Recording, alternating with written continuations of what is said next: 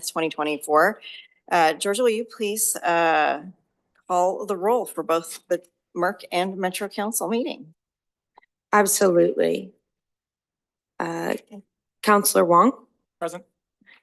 Counselor Nolan? Good morning. Good morning. Counselor Rosenthal? Present. Counselor Simpson? Present. Good morning. Counselor Gonzalez? Good morning from Cincinnati. Good morning from Cincinnati. Counselor Lewis should be joining us shortly. Commissioner Deidre Chris Rusoff?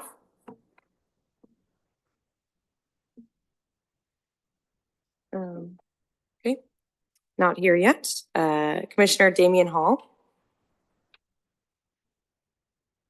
Okay, coming shortly. Commissioner Chris Oxley? Commissioner Damian Hall is here. Awesome. Oh, hello. Present for Oxley. Awesome. Commissioner Damian Hall? Present. Perfect. Commissioner Danielle Milan? Present. Commissioner David Pendleton? Present. And I'm promoting Commissioner Deanna Palm up to a panelist right now. And Chair Karis Stoudemire Phillips is not here. Okay. And I'm here. And Council President Peterson. All right, awesome. Thank you. With that, could we please play the safety video for in-person attendees?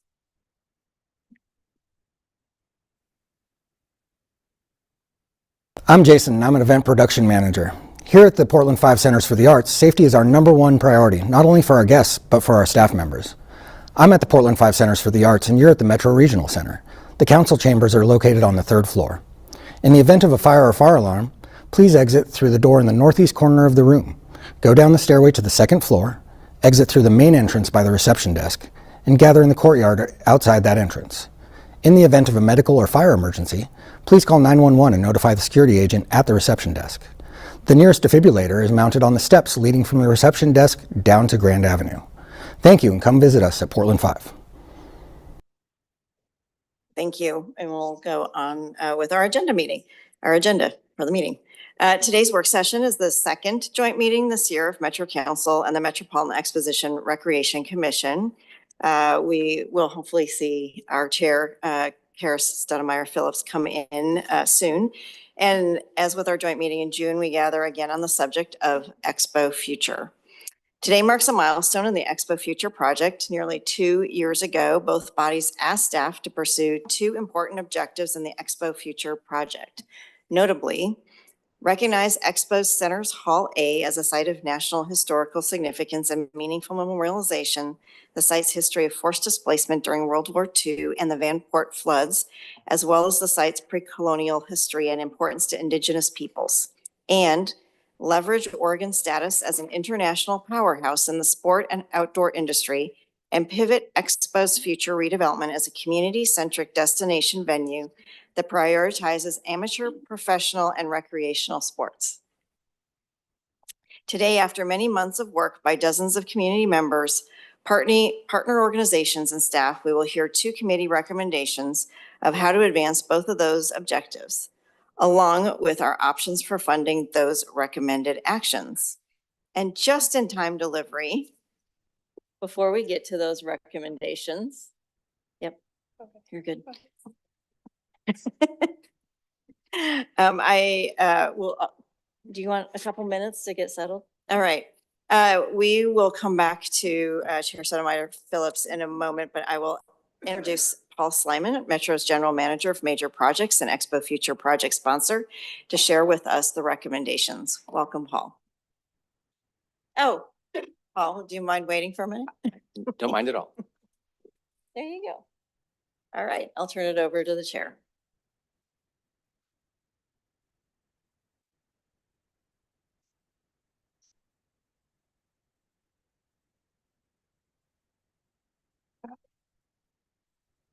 Good morning. We're still in the morning here. Okay, I'm going to read my notes because I like what I have and I really want it to be heard, so. let me move this over. And Chair, if I may, we'll also start the slides with your comments too. Perfect. Okay. They're gonna be over here. Perfect. All right. Okay, thank you. Yeah. Council Chair. Okay. As President Peterson said, today is a significant day, actually a milestone day in the Expo Future project. The commission, our MERC commission, looks forward to hearing the recommendation plans detailing how to simultaneously and meaningfully honor the histories and cultures tied to the Expo Center site and to shift the center to a sports focus. We know that this action will achieve better community benefit for this historic public facility. With investment in this community asset, Metro has the opportunity to create a sports-oriented destination that can, one, continue to serve current uses and exhibitions. No, that's very important to our current vendors. Two, provide additional sports facilities that can be economic drivers through sports tourism. Three, meet the unmet regional demand for sports facilities, which offer opportunities for community interaction, improved physical and mental well-being, and youth development and growth. And fourth, create an exciting feature that can attract and retain families in the region and boost Portland's reputation and image, which we all know is very important to us at this time. Unlike other sports facilities in the country, our vision for Expo Future is a multi-purpose facility that balances serving both residents' needs and also attracting new visitors and their spending. Yes, their spending. I've been around Travel Portland enough to know how much that is important to our region. And they will do that through sports tourism. Now we're going to go to the community benefits slides. I want to draw your attention to that middle section. This graphic shows how we can achieve that balance with public access during weekdays, and that'll include club and league play and competitions, and regional or larger sports tournaments on the weekend. This plan brings visitors and spending to the area at all times with no lulls. As you see, club and league play sits in the middle of this diagram because it provides both community benefits and economic impact as it serves both the local community and traveling visitors. Even more importantly, investment at Expo can, should, and will provide the opportunity for residents, both natives and transplants, and visitors to learn about the important but often unknown history of the site. The resilience of the communities most closely connected to and affected by that history, and the resiliency and vibrancy of those communities today. Many of us have the opportunity to attend the Expo storytelling event back in early June. We're members of the Indigenous Native American tribal communities, Japanese Americans interred during World War II, and African American families who endured the Vanport flood all shared incredibly powerful and impactful stories of their personal connection to the Expo Center. Each of these three communities of Oregonians have deep, personal, often painful, yet triumphant stories connecting them to the Expo Center. And these truths can never be forgotten and must be and deserve to be memorialized. I'm a Portland native and a lifelong resident of both what we call the North and also the NEP. And I know a lot about the history of my city, but I even left that powerful event having gained even more knowledge. Most importantly, I came away knowing how essential it is for more people to understand this powerful history. Thank you. And I'm going to turn it back. Actually, we're going to go on over. Yep. All Yep. right. Thank you. Thank you, Paul. And thank you, Chair. Thank you, President Peterson, Chair Stoudemire Phillips, councilors and commissioners. For the record, I'm Paul Slyman, your General Manager of Major Projects. Here's what you're going to hear about this morning. Next slide, please, Georgia. We're so excited for you to hear from community partners and other members that have helped shape our progress and are bringing forward this vision plan to you for your consideration. Next slide. Everything we've done has been grounded in our project guiding principles. For those watching that are not familiar with the guiding principles, they were developed by community and partners in 2020, 2021, in response to council and Merck direction to, quote, find the highest and best use of this site that brings about financial sustainability. We immediately turned to community for help to define that highest and best use. Unfortunately, it was at the dawn of the pandemic, and we were just learning how to engage community and partners through this new thing called Zoom. Despite that early awkwardness of virtual meetings, we were able to collectively create this sunburst that defines a core central vision on your screen in orange. We often call that the what. What are we trying to achieve at Expo? And it's surrounded by how. How will we accomplish it in the blue rectangles? You adopted these guiding principles by resolution in 2022, and they continue guiding our work. It was these principles that shaped our request for expressions of interest, our FEI, resulting in your February 2023 joint meeting. It was that meeting which laid out a detailed work plan for staff to pursue the following 6 objectives. The complete wording of these objectives is included as attachment B in your staff report. I'm just showing the highlights on these slides. The first 2 objectives drive the core of our work and today's presentation. You'll soon hear from Lynn Fuchigami Parks, Executive Director Emeritus of the Japanese American Museum of Oregon, and former Metro Councilor Ed Washington, Professor Emeritus at Portland State University, on work towards that first objective. Collectively, we've been on this journey of learning, understanding, and healing, and I know you'll appreciate what they're about to share with you. Following their presentation, you'll hear from Renee King, Providence Government Affairs Officer, and Jim Etzel, Sport Oregon Executive Director, on the Sports and Facilities Committee work and our preferred sports redevelopment scenario. Next slide, please. The top bullet on this slide, Objective 3, led to the amazing coalition that you're hearing from today.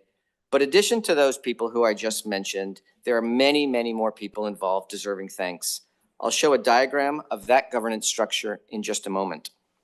The second objective on your screen, Objective 4, remains a priority when we get to that stage of our work.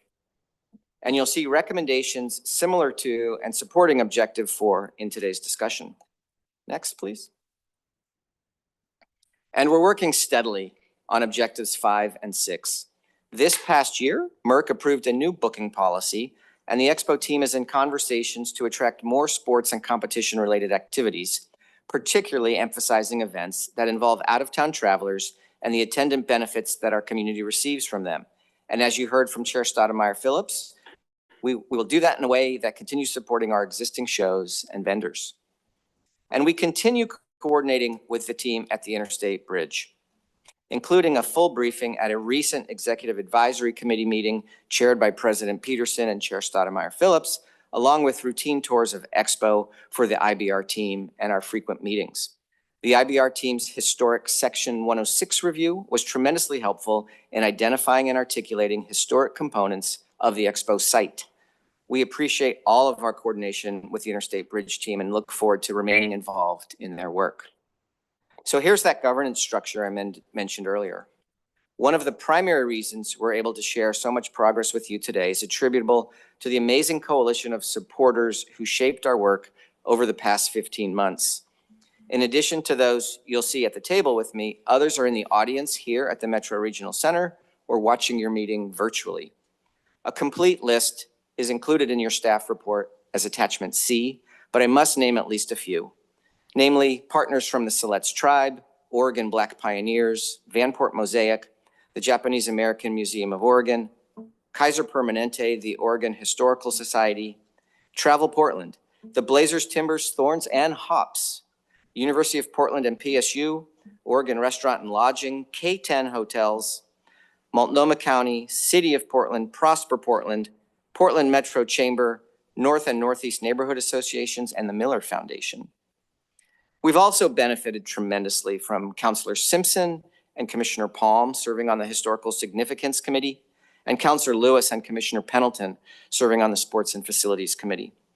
And in addition to the committees depicted there, You'll later hear about our funding and financing task force chaired by Metro DC COO Andrew Scott and the people who volunteered to serve with Andrew in that role. We also want to acknowledge the importance of further tribal consultation to inform this project and its next phases. As you may recall, tribes have been involved in earlier phases of this work, including helping to contribute to the project's guiding principles and reviewing submissions in the RFEI process. Tribes have and continue to be connected to the Columbia River and lands in what we now know as Greater Portland since the beginning of time. We want to ensure their historical, contemporary, and future interests and priorities regarding representation, memorialization, storytelling, and access can be considered in our work for the future of the site. Tribal Affairs will be leading consultation with interested tribes in the beginning of the new year, and Council and MERC should expect future communications on the results of this tribal consultation regarding the tribe's priorities and interests at the Expo Center. We share this with you to make sure tribes see and hear us acknowledging and committing ourselves to this important work, and to help make clear the distinction that the engagement with members of the urban indigenous community led by the project and the Historic Significance Committee that is being shared with you today is not confused with or taken as representing tribal consultation. Lastly, you will probably have lots of questions as we go along. Please ask for clarification with each presenter. Hold your big policy questions for Marisa's section at the end. I'd like to invite Lynn Fuchigami Parks and Ed Washington to share the work of their committee with you now.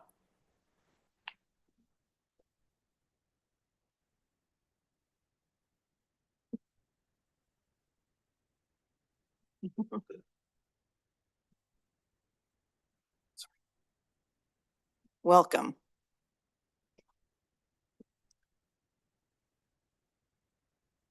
Good morning. Good morning. Good morning. Ed? Oh, I start first. I was having fun with Lynn here. Hitting her. So you're going to go first. You're going. Good morning, everybody. My name is Ed Washington, and I'm a former Metro councilor. Spent a lot of time in this room. Good morning to President Lynn, all the councilors, and everyone here. Sometimes when I make presentations about Vanport, it touches my heart. So that might be one of these mornings. And not only that, but as I try to put together some thoughts for you all about what we have been doing, how we're going about it, I have to start with my experience of growing up in Vanport and the connection from my growing up experience in Vanport to the Expo Center. And, you know, there are things that happen, this is the way it goes, but who would ever known that all of those things would bring me back here this morning to talk to you. Hall A at Metro, I mean at Expo, that hall has so much history. So much history to it. And that history was really tied to Vanport City in so many different ways. My family moved to Vanport in 1944. I was 7 years of age at the time, and do your quick math and you'll figure out how old I am. I call it how young I am. But when we did our work and started on this, we were looking at the indigenous communities. We're looking at the people of Vanport, and we were looking at the Japanese that were interned at Expo. And but before, I had no idea that the Japanese were interned at Expo. I never knew that until years later. I didn't even know about it when I lived in Vanport. And but it was quite an event. So I just don't know how whatever we do that we have to go back to those days. And in terms of the Vanport people, all the people in Vanport, Expo was Vanport's next door neighbor. I can remember some of the things that occurred when I was growing up as a kid in Vanport. Some years later, after the flood, I remember, I should say, before the flood, Expo was a place that all of the school kids in Vanport visited many, many different times. Whenever there were events, and there were lots of events at Expo, things such as state marble shooting championships, soapbox derby races were over there. And I remember in the 50s after the flood, when Wilt Chamberlain was the talk of the town as an athlete, before he turned pro, he spent a year playing for the Harlem Globetrotters. And the purpose of that was really to give Wilt lots more attention than what he had already received. And I remember that they played one of their games at the Expo Hall. What they did, they took where the rodeo was and put in a portable gym floor. And the Harlem Globetrotters, I remember seeing them play there. Also, another thing about that hall that really ties it to the community, the University of Portland's basketball team, when they were building a new structure, it was back in the mid-50s, and they did not have a place to play, and they put a portable basketball floor in the hall there and played there for about a year to a year and a half. So there's a lot of history about that building. In terms of the citizens of Vanport, and particularly the kids, there was always events at Expo during the war and after the war. During the war, after the Japanese were moved out, but there was always activities over there for kids, and it was just a place that people would go to attend and to see things. I'd like to share just with you a little bit about the Vanport connection to that area. Vanport, when it was built, it really was a 24-hour city during the height of the Second World War. And the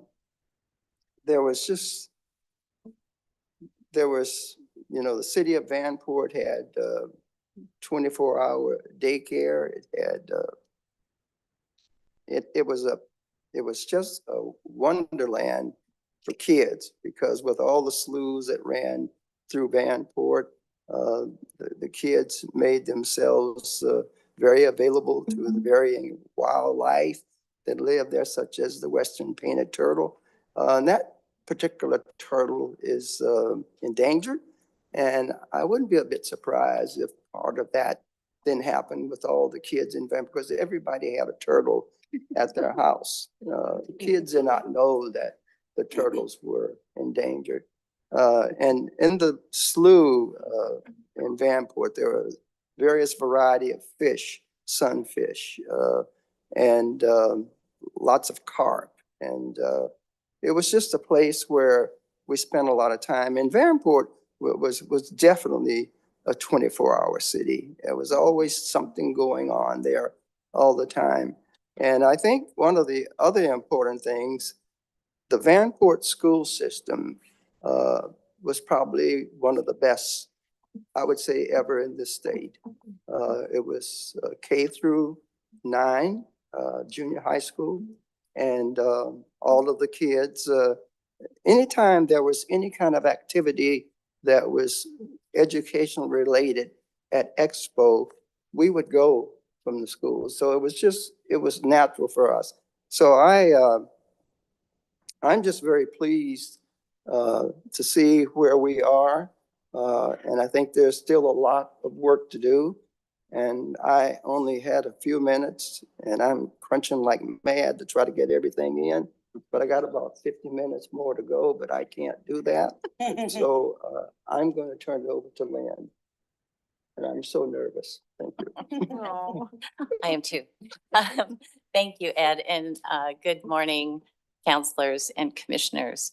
My name is Lynn Fujigami Parks.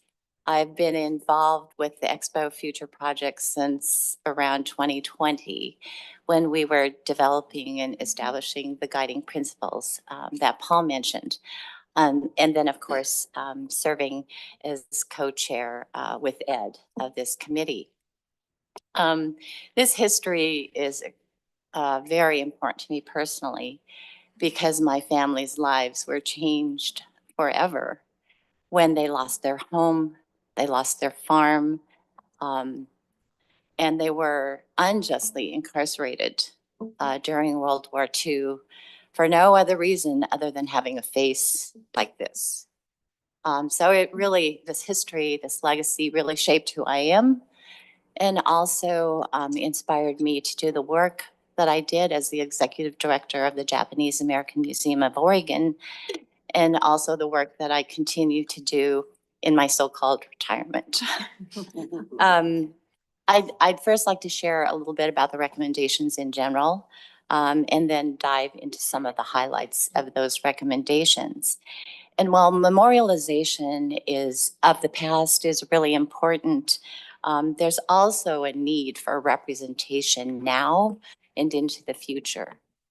We heard from so many community members through this process, and especially from the urban indigenous community members, the importance of honoring the continued resilience of our communities and their continued connections to this site. Our committee actually adopted language, and you'll see this in the recommendations, as well as hear us refer to memorialization and representation together. And the photos that you're going to be seeing are really just examples to give you an idea of what memorialization and representation might look like. So when we were reviewing all the community input, we were struck by how much in common that all the communities had in what their hopes for the future of the Expo site were. And so as a result, our recommendations reflect those key themes. And these themes were repeatedly expressed throughout the community engagement process. And we received many amazing ideas that are not included in the main recommendations, but they are included in the appendices of our report for staff to consider during the implementation phase. It's also important to note that we really look forward to hearing the input from the tribal engagement that will take place in the near future. And finally, it's important to note that we hold all three impacted communities equally important. And these recommendations are not prioritized in any order because we feel each one is important on their own. And all the recommendations are equally endorsed. So there are 46 recommendations in total, and we have organized them into 8 categories. And the full suite of these recommendations are in your meeting materials, but I wanted to share just some of the highlights of each one of those recommendation categories. So the first category is art, and art should be integrated throughout the campus and be visible, accessible, and curated and created by the impacted communities. The next category are buildings, facilities, and design recommendations. Create a multi-use community and interpretive center for the impacted communities to gather and celebrate their diverse cultures and heritage. And then conduct further assessment of Hall A, including structural analysis, cost estimates for renovation, preservation, and or deconstruction. This information should be shared with the impacted communities and also seek their input regarding future action and potential uses for Hall A. And I can't overemphasize the importance of this structure. It is one of the few, if not the only assembly center structure still left in the United States. The next category is community access recommendations. Make expo events, facility rentals, and amenities more accessible to community, impacted communities, and convene a community advisory committee to work on defining this program. Economic development opportunities recommendations. Create policies and programs to support wealth building for impacted communities. An example of this would be marketplaces, catering and concession opportunities, business development support, and priority selection. And establish a community benefit fund to support wealth building and other representation and memorialization activities. Educational programming and stories recommendations. Develop an interpretive plan that identifies strategies for sharing the site's histories. We envision that these stories are told in multiple ways and throughout the entirety of the site, and recommend that Metro create new educational resources to execute this interpretive plan. And the themes that we feel that must be addressed in telling these stories are those of racism, forced removal, but also joy and resilience, and the community's continued connections to the site, and the historical and continued importance of sports in our communities. And then assist community organization with gathering stories from elders before they're lost forever. Rudyard Kipling said, I think he captured this eloquently. He said, if stories were taught, if history were taught in the form of stories, it would never be forgotten. Metro accountability. Ensure ongoing engagement with impacted communities for future planning and decision-making, and create opportunities for these communities to come together. Be transparent about decision-making processes as Metro evaluates the feasibility and explores funding options in good faith, and leaving no stone unturned. Natural spaces. Explore returning land and land stewardship to the indigenous peoples and tribes, and maximize the site's connection to nature and features like trails, gardens and outdoor gathering spaces, view sheds of the surrounding area, wayside interpretation, and a connection to the Columbia River waterfront portion of the site, such as with a pedestrian bridge. And the final category of sports. Highlight the intersection of sports with history and culture by integrating culturally relevant sports into expo facilities and events, and incorporating communities' histories and cultures at other expo events. Create a low barrier opportunities for impacted communities to access future sports facilities, and proceed with representation and memorialization recommendations regardless of whether the sports uses or sports facilities are expanded at the Expo Center. So I hope this summary kind of gives you a good sense of the recommendations. And I wanted to add that throughout the years, I've had many opportunities to work on projects and work in committee and in collaboration. And I just wanted to say that this group of people and this process has just really been extraordinary. I've just admired, and I'm so grateful for everyone's commitment, their passion, their dedication, their expertise, and their willingness to share, to listen, and to learn from each other. It's just really been a privilege. And I'm just so grateful for having been able to be a part of this.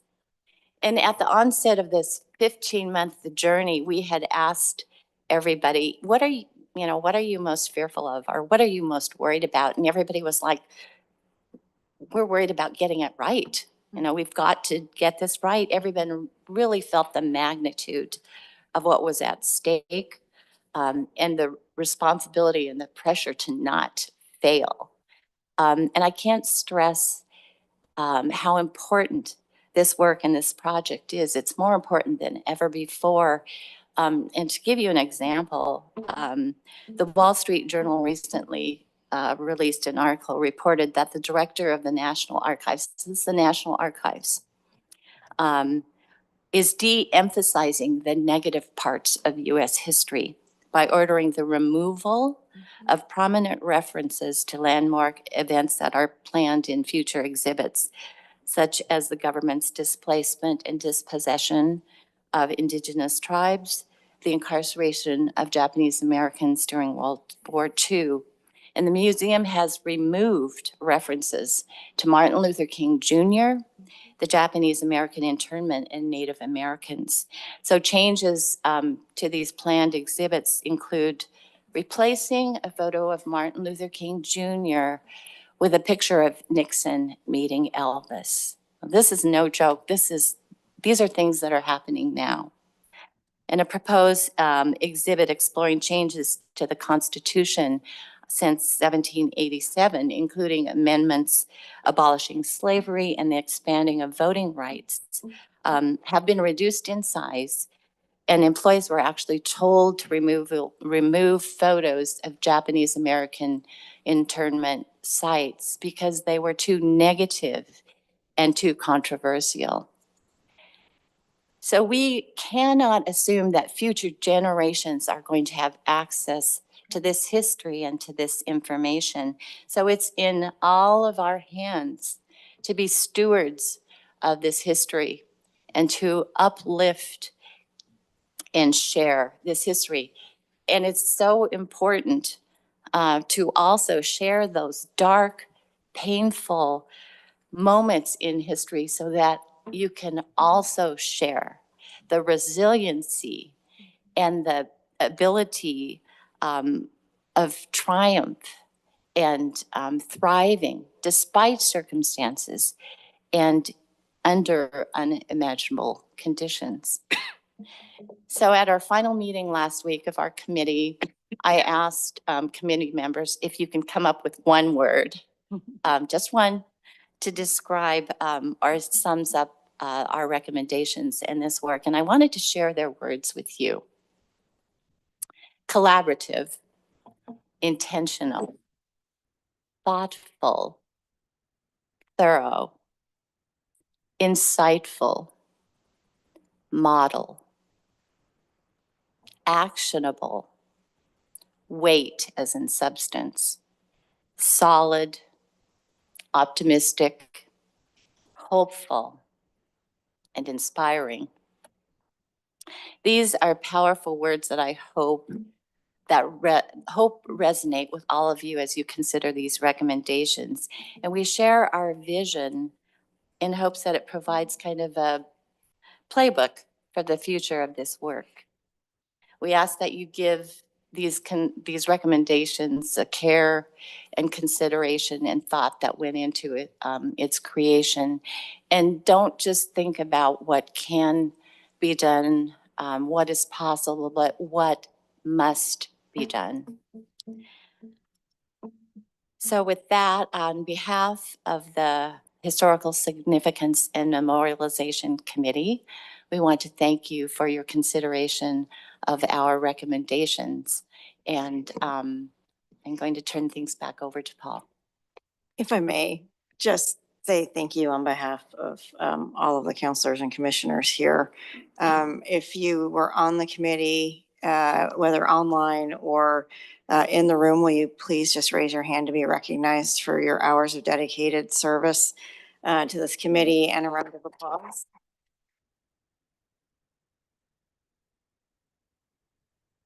I did want to add too, that when I talked about this group that we've been working with and how extraordinary they are, I wanted to also thank and recognize Metro staff for their incredible support in all the work that we were doing. They were absolutely outstanding, and I can't say enough about this collaboration that we've been doing. And they get a round of applause too.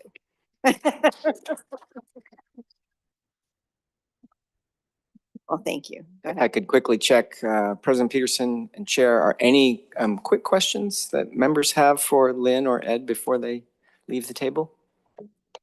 I do not have any questions, but if any counselors or commissioners, any direct questions? Well, thank you, You- Lynn and someone Ed. is- Remarkable I'm leadership. sorry, Oh, I'm sorry. Counselor Ashton. Thank you, Merck Chair and President Peterson. No question, comment. I just want to thank you, Director Fukuyama and Counselor Washington for your leadership in this. I want to add to that list and say healing.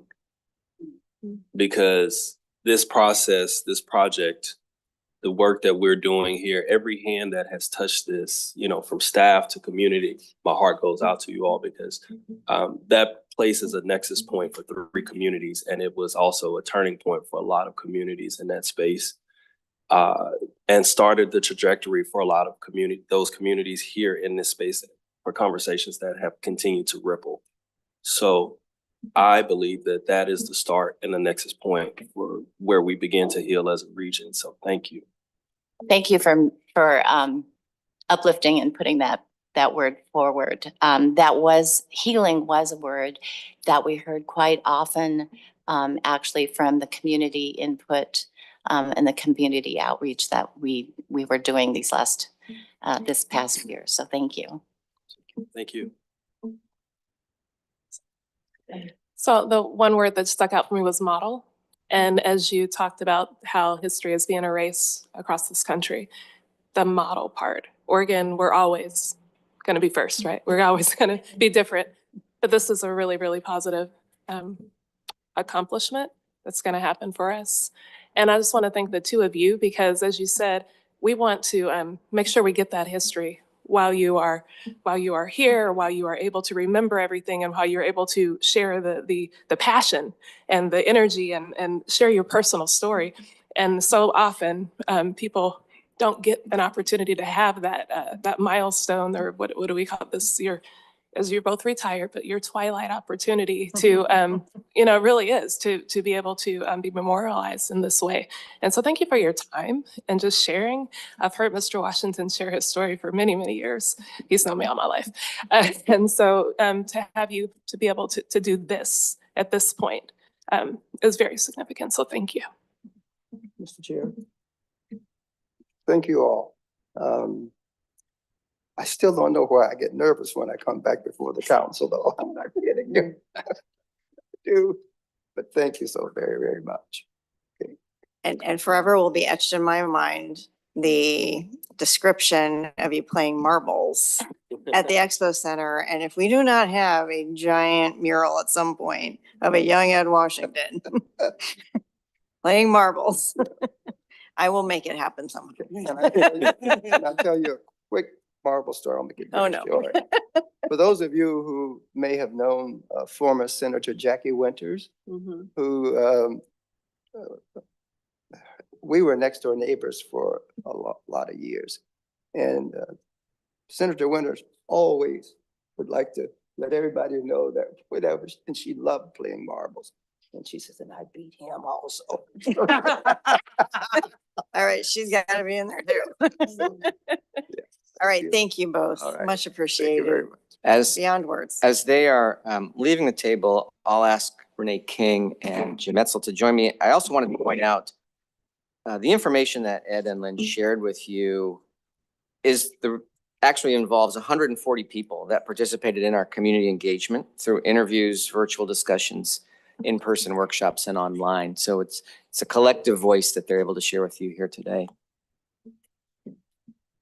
And now I'd like to introduce Renee King, Government Affairs Officer with Providence Health and co-chair of the Sports and Facilities Committee, and Jim Etzel, Executive Director of Sport Oregon, to share their report. Renee, I'll pass it to you. Thank you. Good morning, councilors and commissioners. As I was introduced, I'm Renee Boutine King. I'm a government affairs officer with Providence in Oregon and one of the 3 co-chairs of the Sports and Facilities Committee.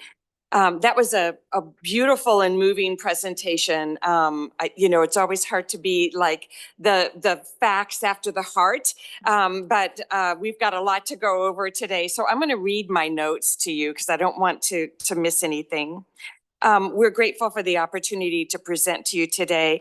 Co-chairs James, Jesse, and Megan Conway were not able to attend, so I get the honor of presenting on their behalf. Joining me is Jim Etzel. He's CEO of Sport Oregon and member of the Executive Advisory Committee. And Jim will share the impacts of our recommendations and some of the insights on the value that sport can bring to our region.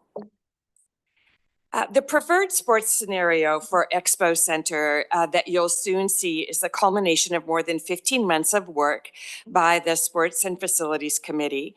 As a reminder, Hunden Partners conducted a sports feasibility study to determine what types of sports and other uses would be most successful for Expo's campus.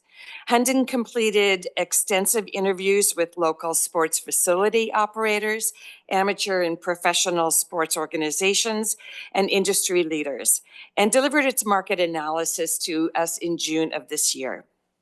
The feasibility study has been informed by many individuals and partner organizations who've shared information and expertise.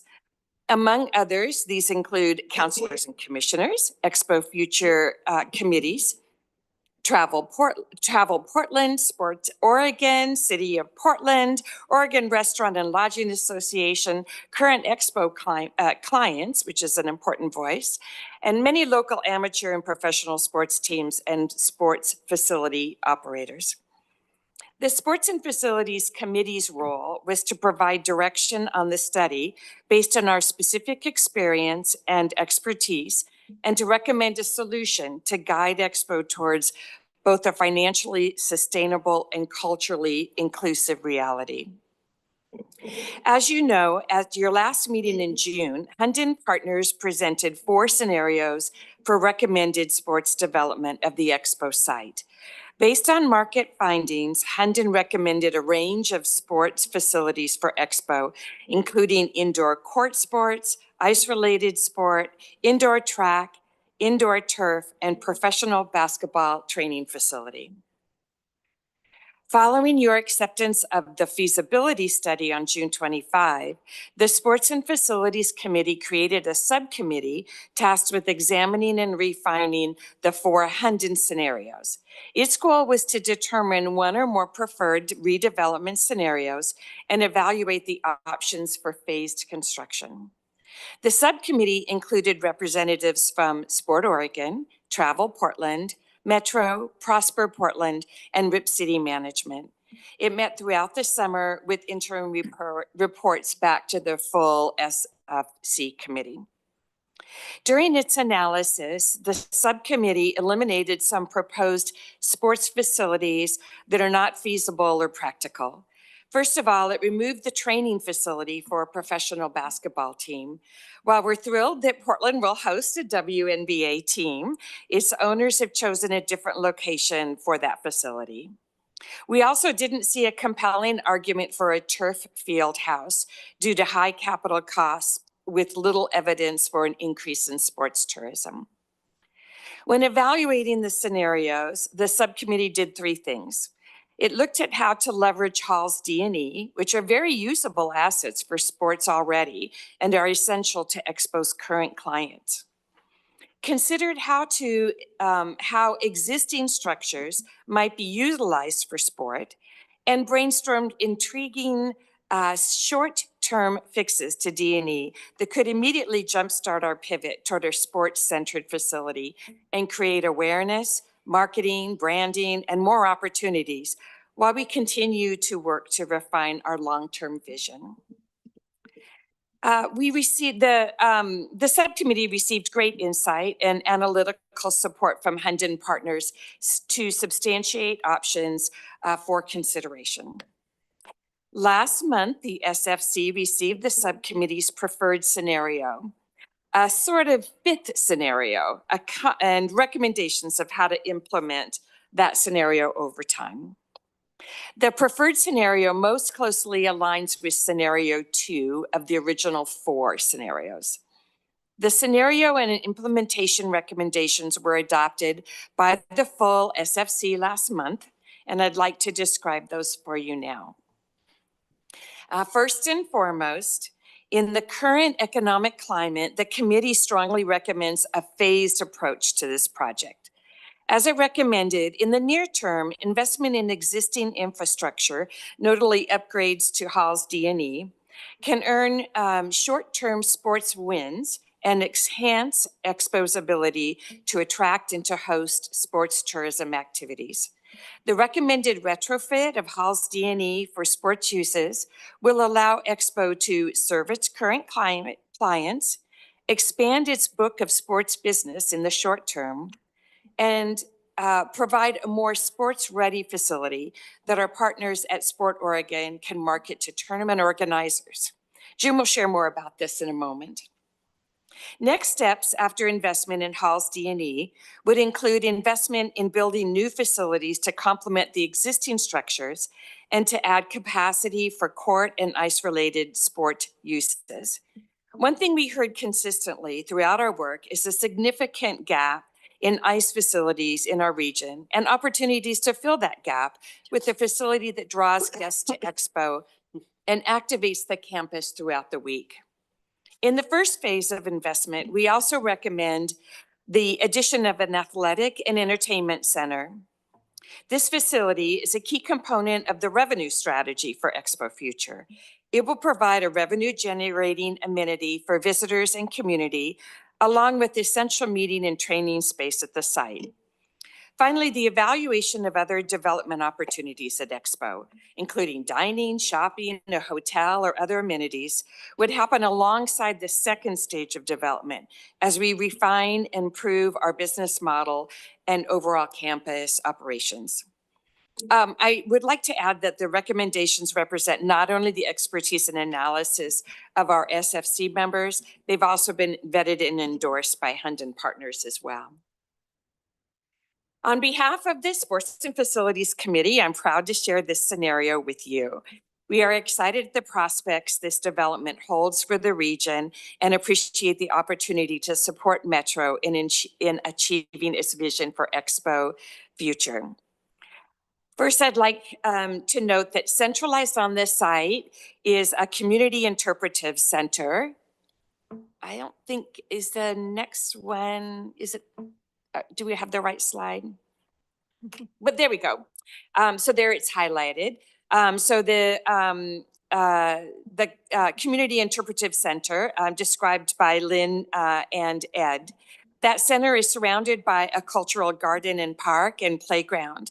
These spaces are envisioned to be used as gathering space for the communities affected by Expo's history and the public. Next on the slide, so to the left of the Interpretive Center is a twin sheet ice facility that would be in high demand and drive nearly half of the annual visitations to Expo. Half, that's a lot. Essentially, it's an anchor function at Expo that can create demand for other amenities at the site. Note that it would mostly serve local use and activate Expo throughout the week. It would also generate tournaments to new hotel room nights during the weekends. Newly highlighted is a court sports facility that would be the biggest single driver of sports tourism at Expo, new room nights, and other economic impacts. It could also possibly function on occasion as overflow space for larger traditional consumer shows. The subcommittee held frequent conversations about a 200-meter indoor competition track. And that's the area that's circled on this slide. And the recommendation is to pause the conversation until the court sports facility is in development. At that point, the team could reevaluate the benefits of buying a fixed track for use in Hall D or E during the indoor track and field season, and to ensure activation of the full building when court sports and other major sporting events move into newer court facilities. So here's what the full build out could look like with a later phased hotel and additional food and beverage options. We know that there's more work to be done regarding what to do with Hall A. And we had Hunden prepare a scenario that includes reuse of Hall A. You see that here with the Hall A being repurposed as an athletic and entertainment center, but that could easily be the home of the Community Interpretive Center, pending further study. I'll point out that under this scenario, the other sports-related facilities could still be realized. The indoor court facility would stay to the north of Hall D for connection to exhibit space, and the ice sports facility would move to the east. This slide shows the scenario that retains Hall A, adds the new indoor court and ice sports facilities, and shows the later phased build out of a hotel and food and beverage facilities. In this scenario, the hotel would be located in the far northeast corner of the property, and that's in the pink there. But we know that to really give you a flavor of what could happen at Expo, you need to see things in 3 dimensions. So we had some renderings prepared to help people visualize our full site potential. So here's an aerial rendering of the proposed new development scenario in the initial phases.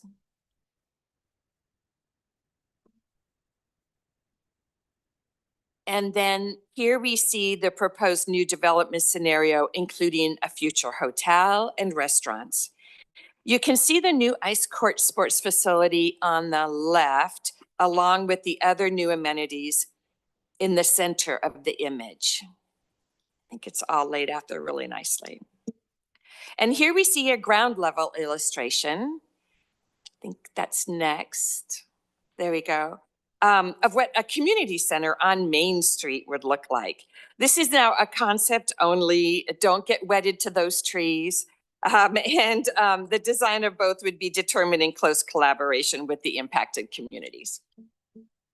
And finally, the view of the athletic and entertainment center along Main Street.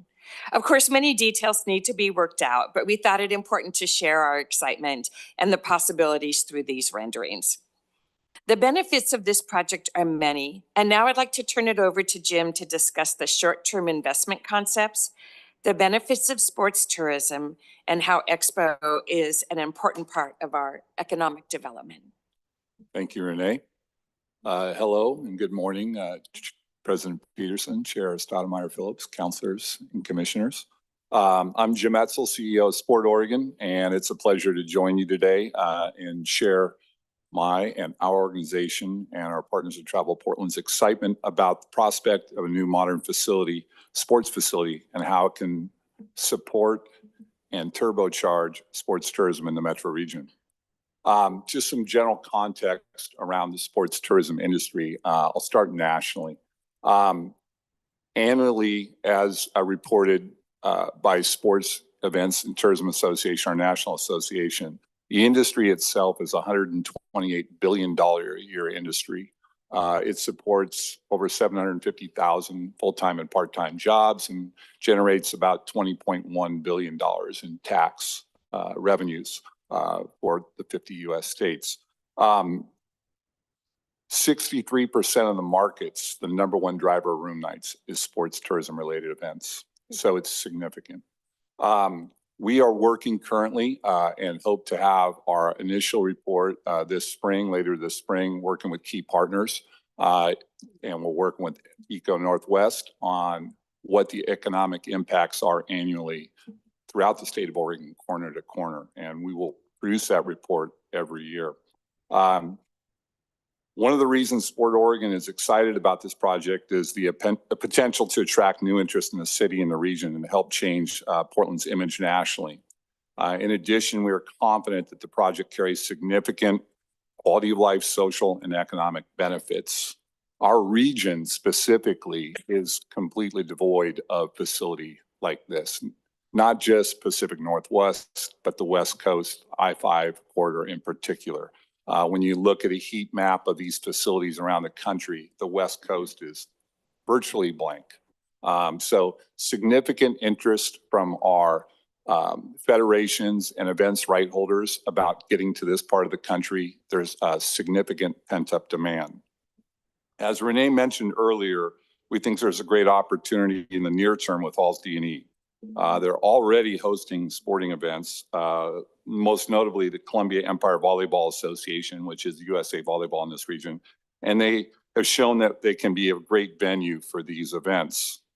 I like to think of Halls D&E as that we have been gifted a 70-yard head start and a 100-yard dash. They are deployable assets to kind of immediately step into this opportunity. With relatively modest investment in equipment such as flooring, hoops, nets, and maybe bleachers, Halls D&E can be ready to capture additional sports event in the very near term. At Sport Oregon, we engage all the time with these organizers who are eager to bring these kinds of events to Expo.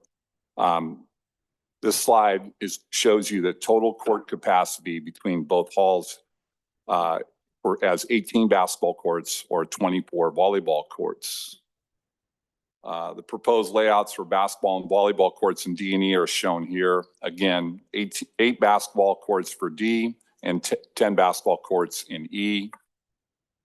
Here are the proposed layouts for volleyball, 10 volleyball in D and 14 courts in Hall E.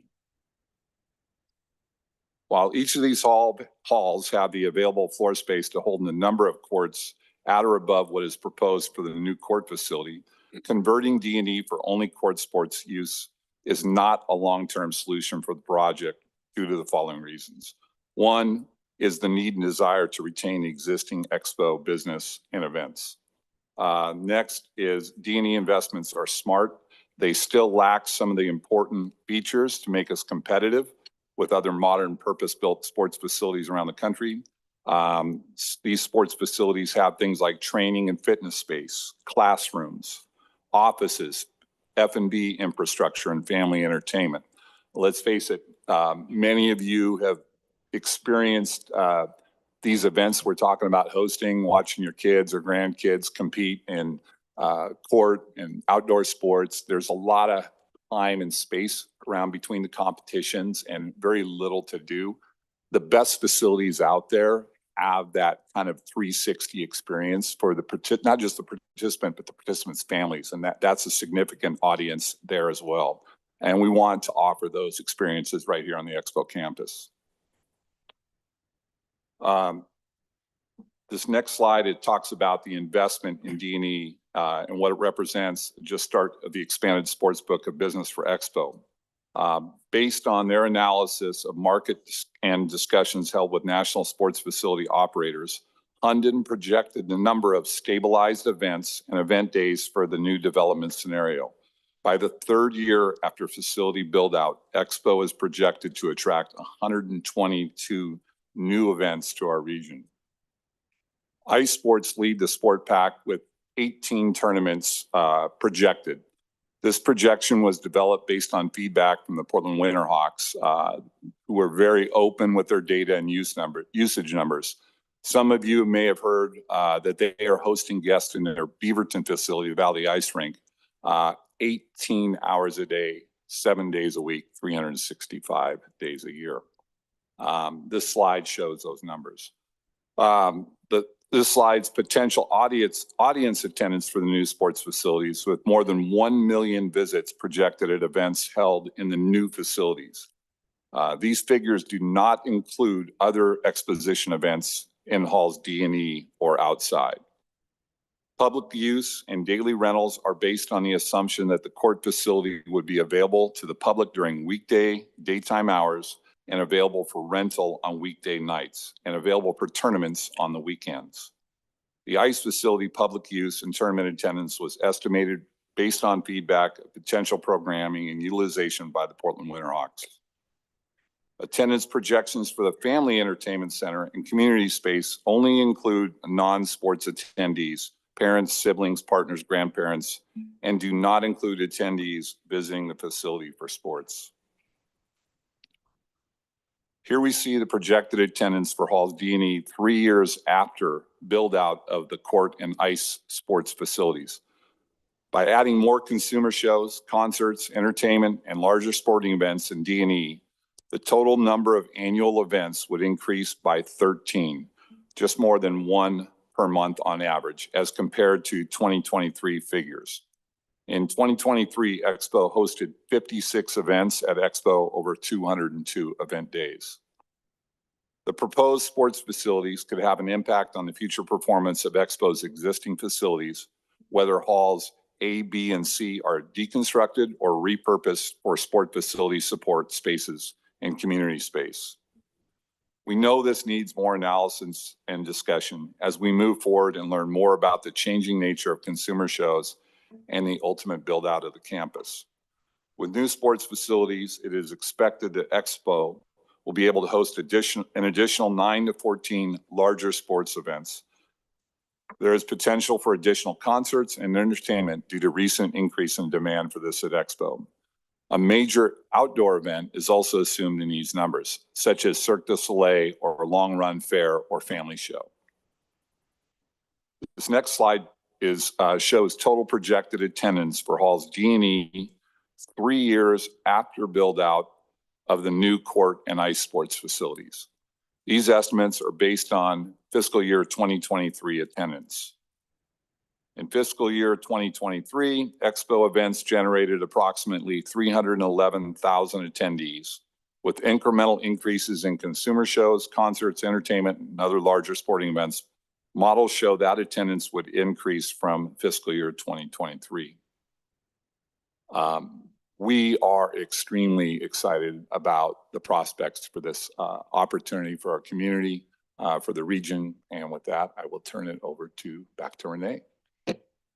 Thank you. Every time that this committee got together, I was amazed at the level of expertise that everybody brought to the table, their engagement. You can tell by Jim's enthusiasm that was echoed by every single person on the committee.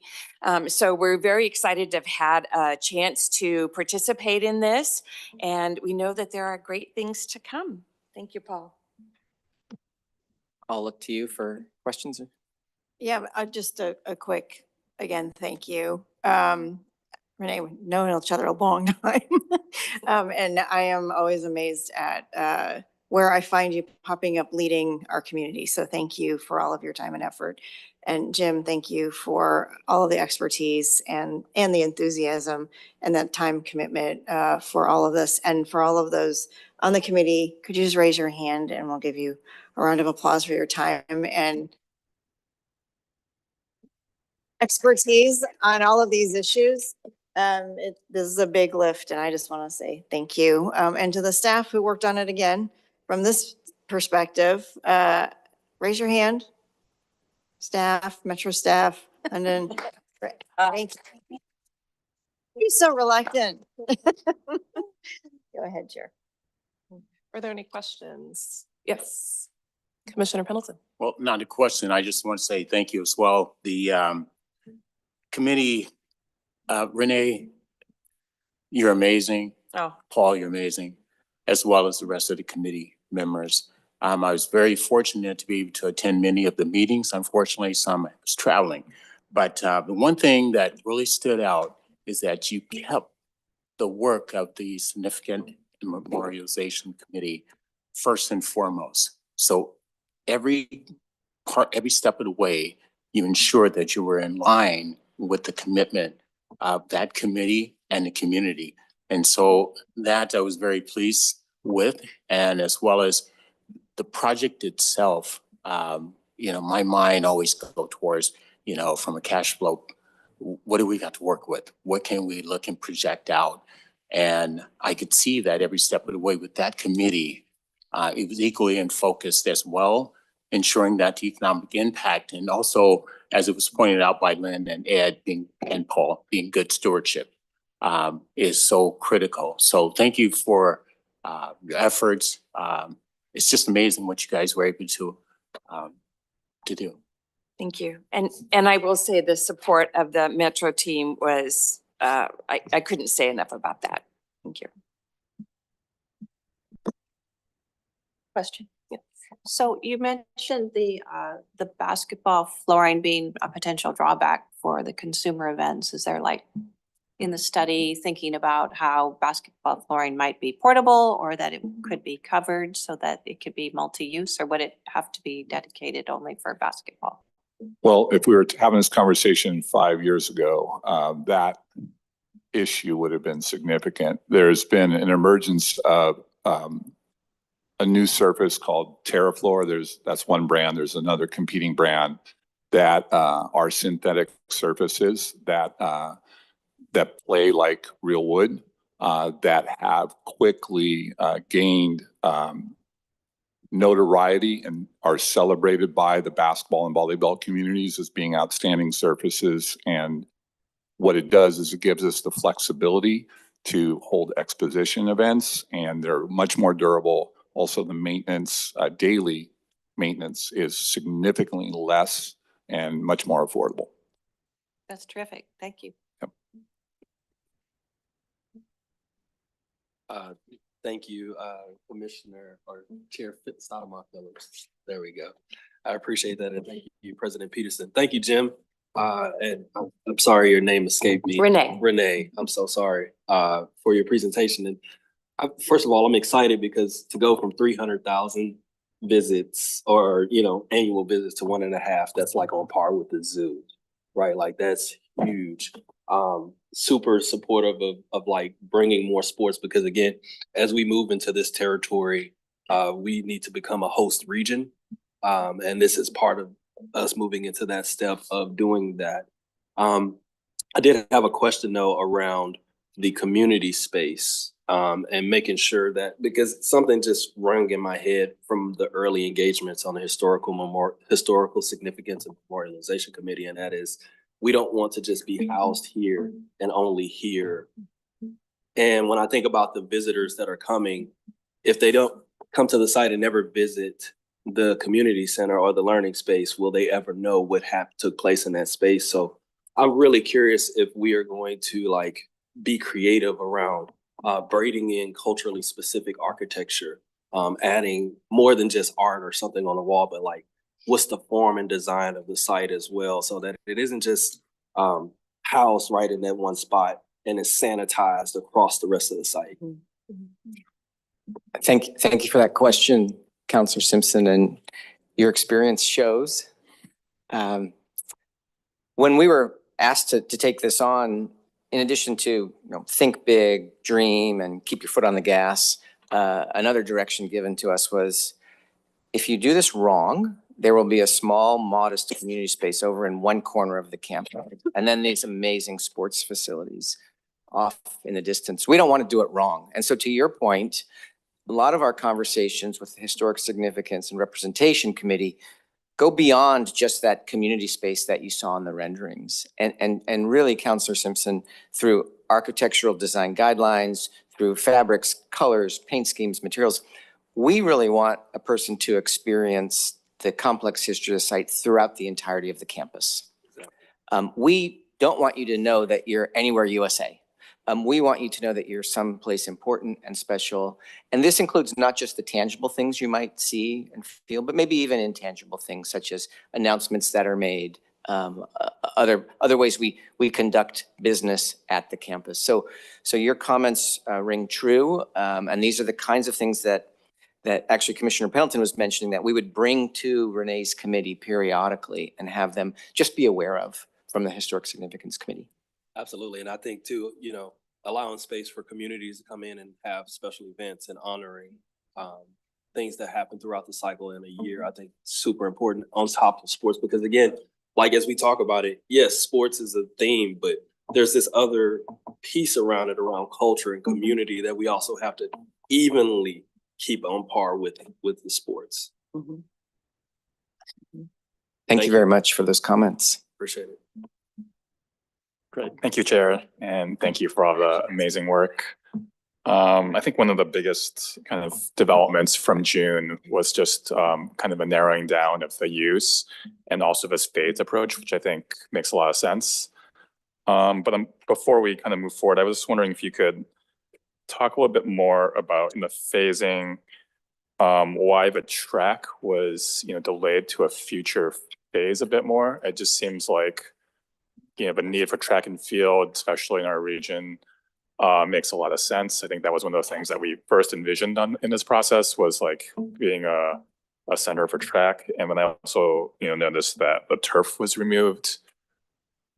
And I was wondering, maybe Jim, if you could talk to kind of the macro conditions behind that. It seems like soccer or whatever might be. Yeah, absolutely. Big business. And I'll make comments on both those, and if Paul, you have anything to add. But first, let's talk about the track.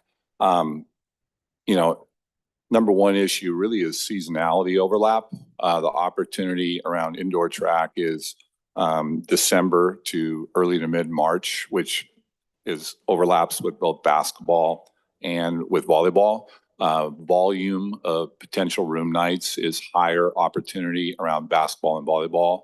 So if you prioritize what would have the biggest impacts in the marketplace in that 4-month window, while volleyball and basketball are 12-month opportunities, some of the biggest moments are around like President's Day weekend, MLK weekend, Easter weekend, etc.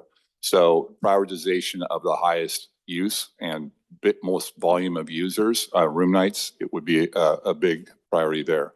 And what we can do is continue to study the impacts of what's going on in Spokane, the indoor Dempsey facility in Washington, which isn't in Seattle, which isn't perfect, but just identify that market opportunity a little bit better. The other piece is the indoor field house.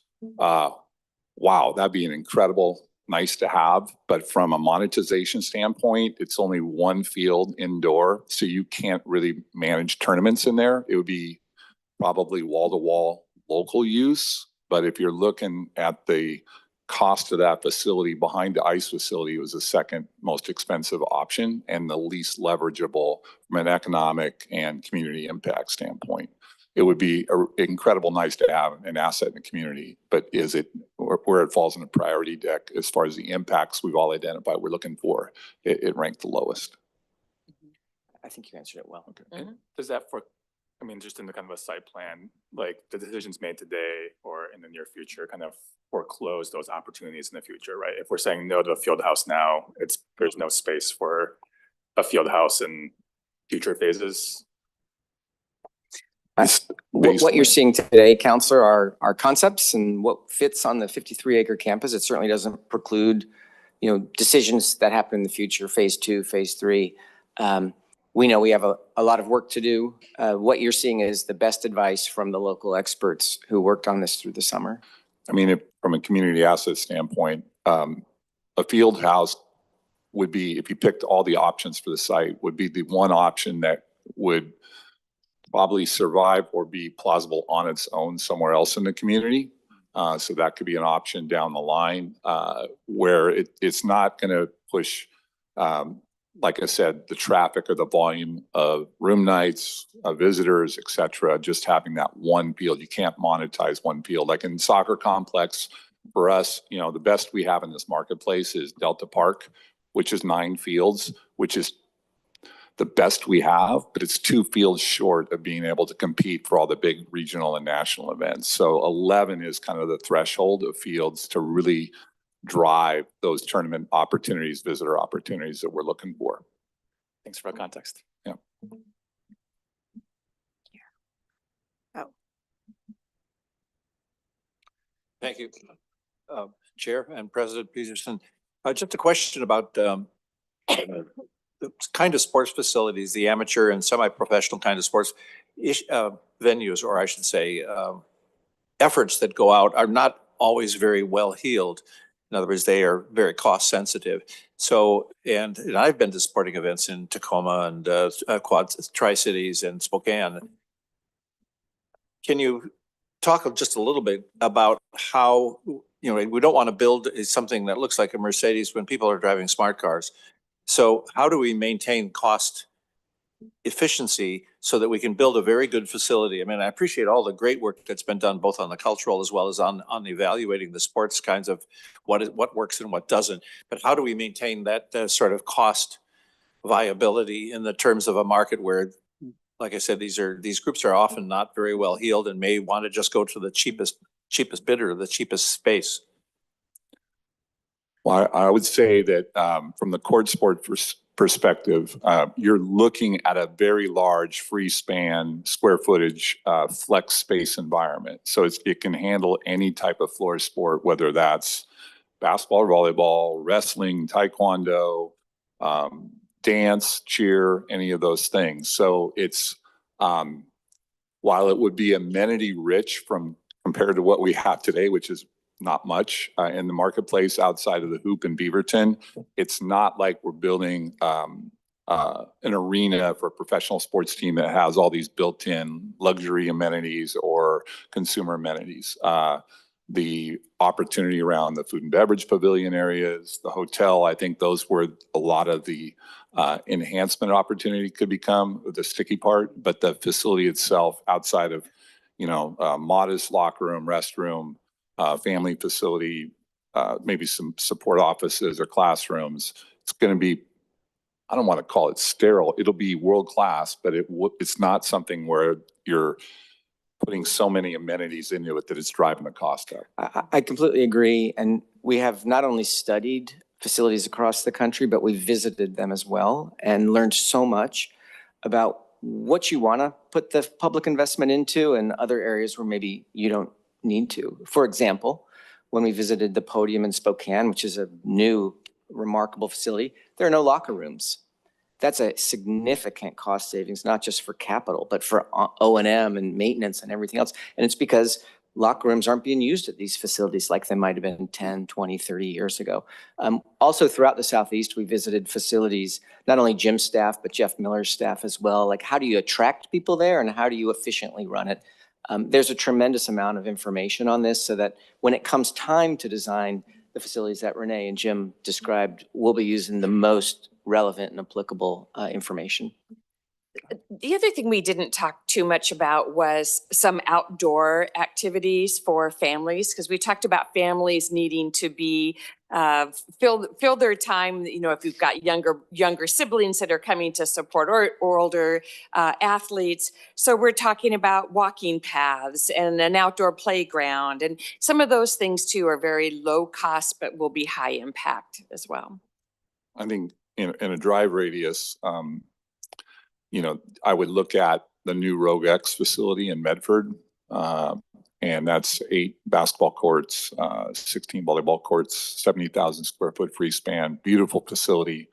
But there's not a lot of bells and whistles outside of what's needed to deliver and basically deliver the experience that these audiences are looking for, both from a participant standpoint and the families coming along. The next one closest would be the Podium in Spokane, which has more versatility, has a hydraulic track in it, and a few other probably larger lobby and gathering area, but both beautiful facilities and serve the function purpose nearly at 100% that you would want. Yet, I don't want to use the word bare bones or Spartan. They're very utilitarian. Shall I move us? No, I have a question. Sorry.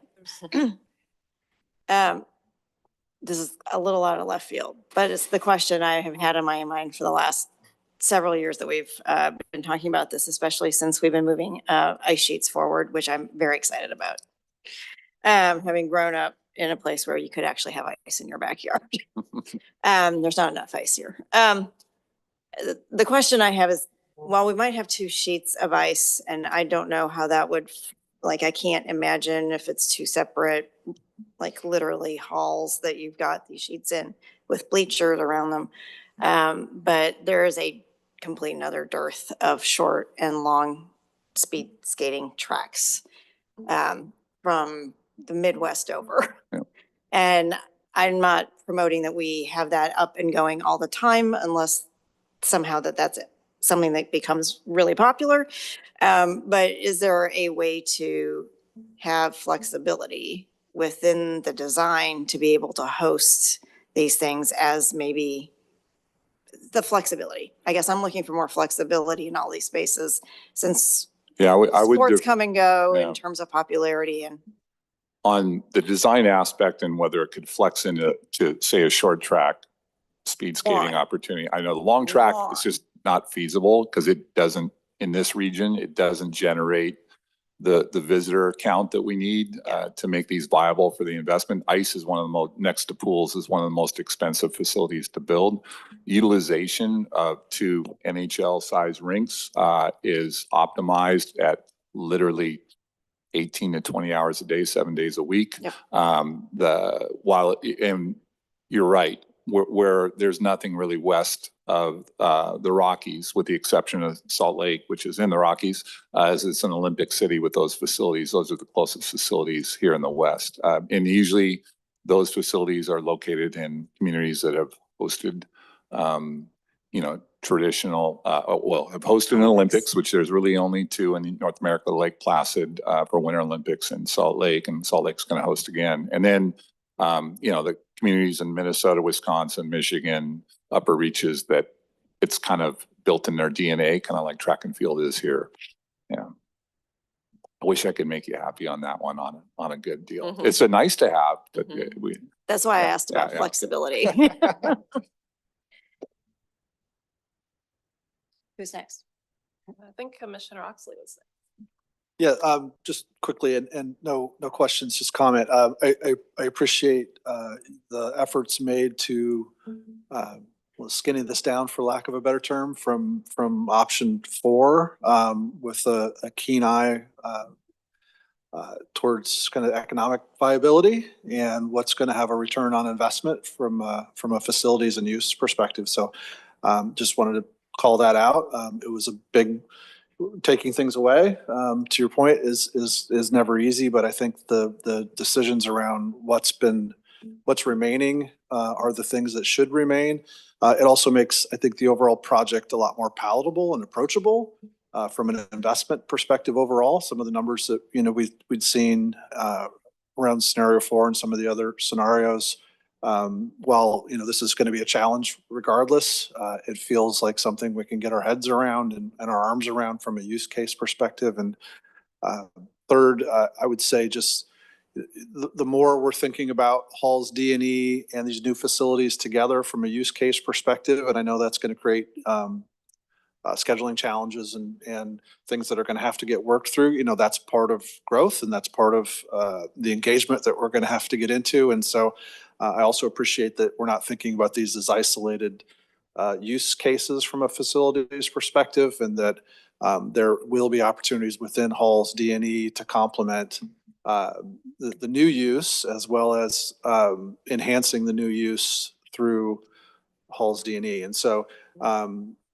comments more than anything, no questions, but I applaud the effort that has taken place since we had the original Hunden report come through. I think that's a good point. The short-term investment in D&E to make them sports capable. It's not once the new facilities are built that those are wasted investments. They actually allow us to differentiate ourselves even further from the market and scale into the handful or more of opportunities that if you had 20 basketball courts plus and 40 volleyball courts, I mean, the impacts are that much more significant. And those aren't every weekend. Those are a handful of times a year, but it's a huge market that no one else will come close to that in the West. First, actually, Councilor Gonzalez has his hand up, and then we'll come right over to you. Okay. Councilor Gonzalez, go ahead. Sweet. Thank you so much, Chair and President Peterson. Appreciate this conversation, the progress, the amount of effort that has gotten from so many people in our community that want to continue investing in a vision that activates the natural assets of our region and the things that people love, which is recreating, being outdoors, and sports is a really important part of that. I don't have a question myself. I have a comment similar to what Commissioner Oxley was just sharing. And, I think, first and foremost on the economics, we are definitely in a environment where we need to be super mindful about cost and about refining a vision that helps us deliver something. And a lot of my thinking over the last few months is how I want us to get in the business of doing and the business of building things. And if we keep a really nice shiny plan, but it can't leave that stage, then I think we're doing a disservice. So I think there's a lot of appreciation I have for the continuing to focus on what can deliver the most impact and tell this and tell a story. So I appreciate that.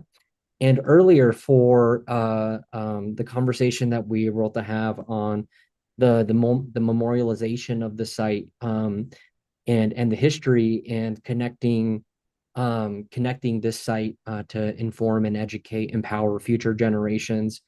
I have to be really honest. I think about the either the connection of neglect from the government in impacting communities that didn't receive the adequate level of service, but also the tools that the federal government used to intern people and to take their basic rights. And we're looking back at that time, and at the same time, we also have an administration that is threatening to use a lot of those same policies in the next 4 years against our vulnerable communities. And so I think about like how important that cultural aspect and the memorialization is to kind of bring that and to teach us. And history can always repeat itself if we're not careful stewards.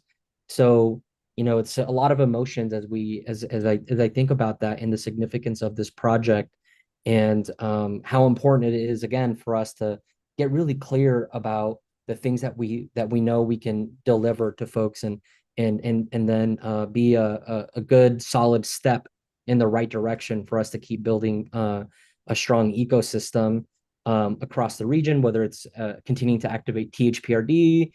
Jim, I know you talk a lot about Delta Park and the opportunities with Portland Parks as well, and of course the Expo. So I just wanted to offer those thoughts, and I am at a conference out here in the Midwest, but could not miss this conversation. And I've joked with Paul as well, because I know that his retirement is coming up here soon. And Paul, just want to thank you again for carrying this project. And you're leaving some big shoes, and just feel so tremendously proud to been able to work with you and what you've left for us to keep moving forward. So I want to make sure that you get some recognition. Thank you. I just wanted to read, thank you, Councilor Gonzalez. I wanted to read Commissioner Hall's statement. We didn't get to hear from him because he needed to leave early. He just said, supportive of the recommendation, strong opportunity to leverage the growth in sports tourism to honor Portland's history and invest in the future of Portland families of amateur athletes. So just wanted to make sure his comments were on record. Any other? Jim and Renee, thank you so much, not just for this presentation, but all your work over the last 15 months. You're remarkable individuals, so really appreciate your presentation. Thank you.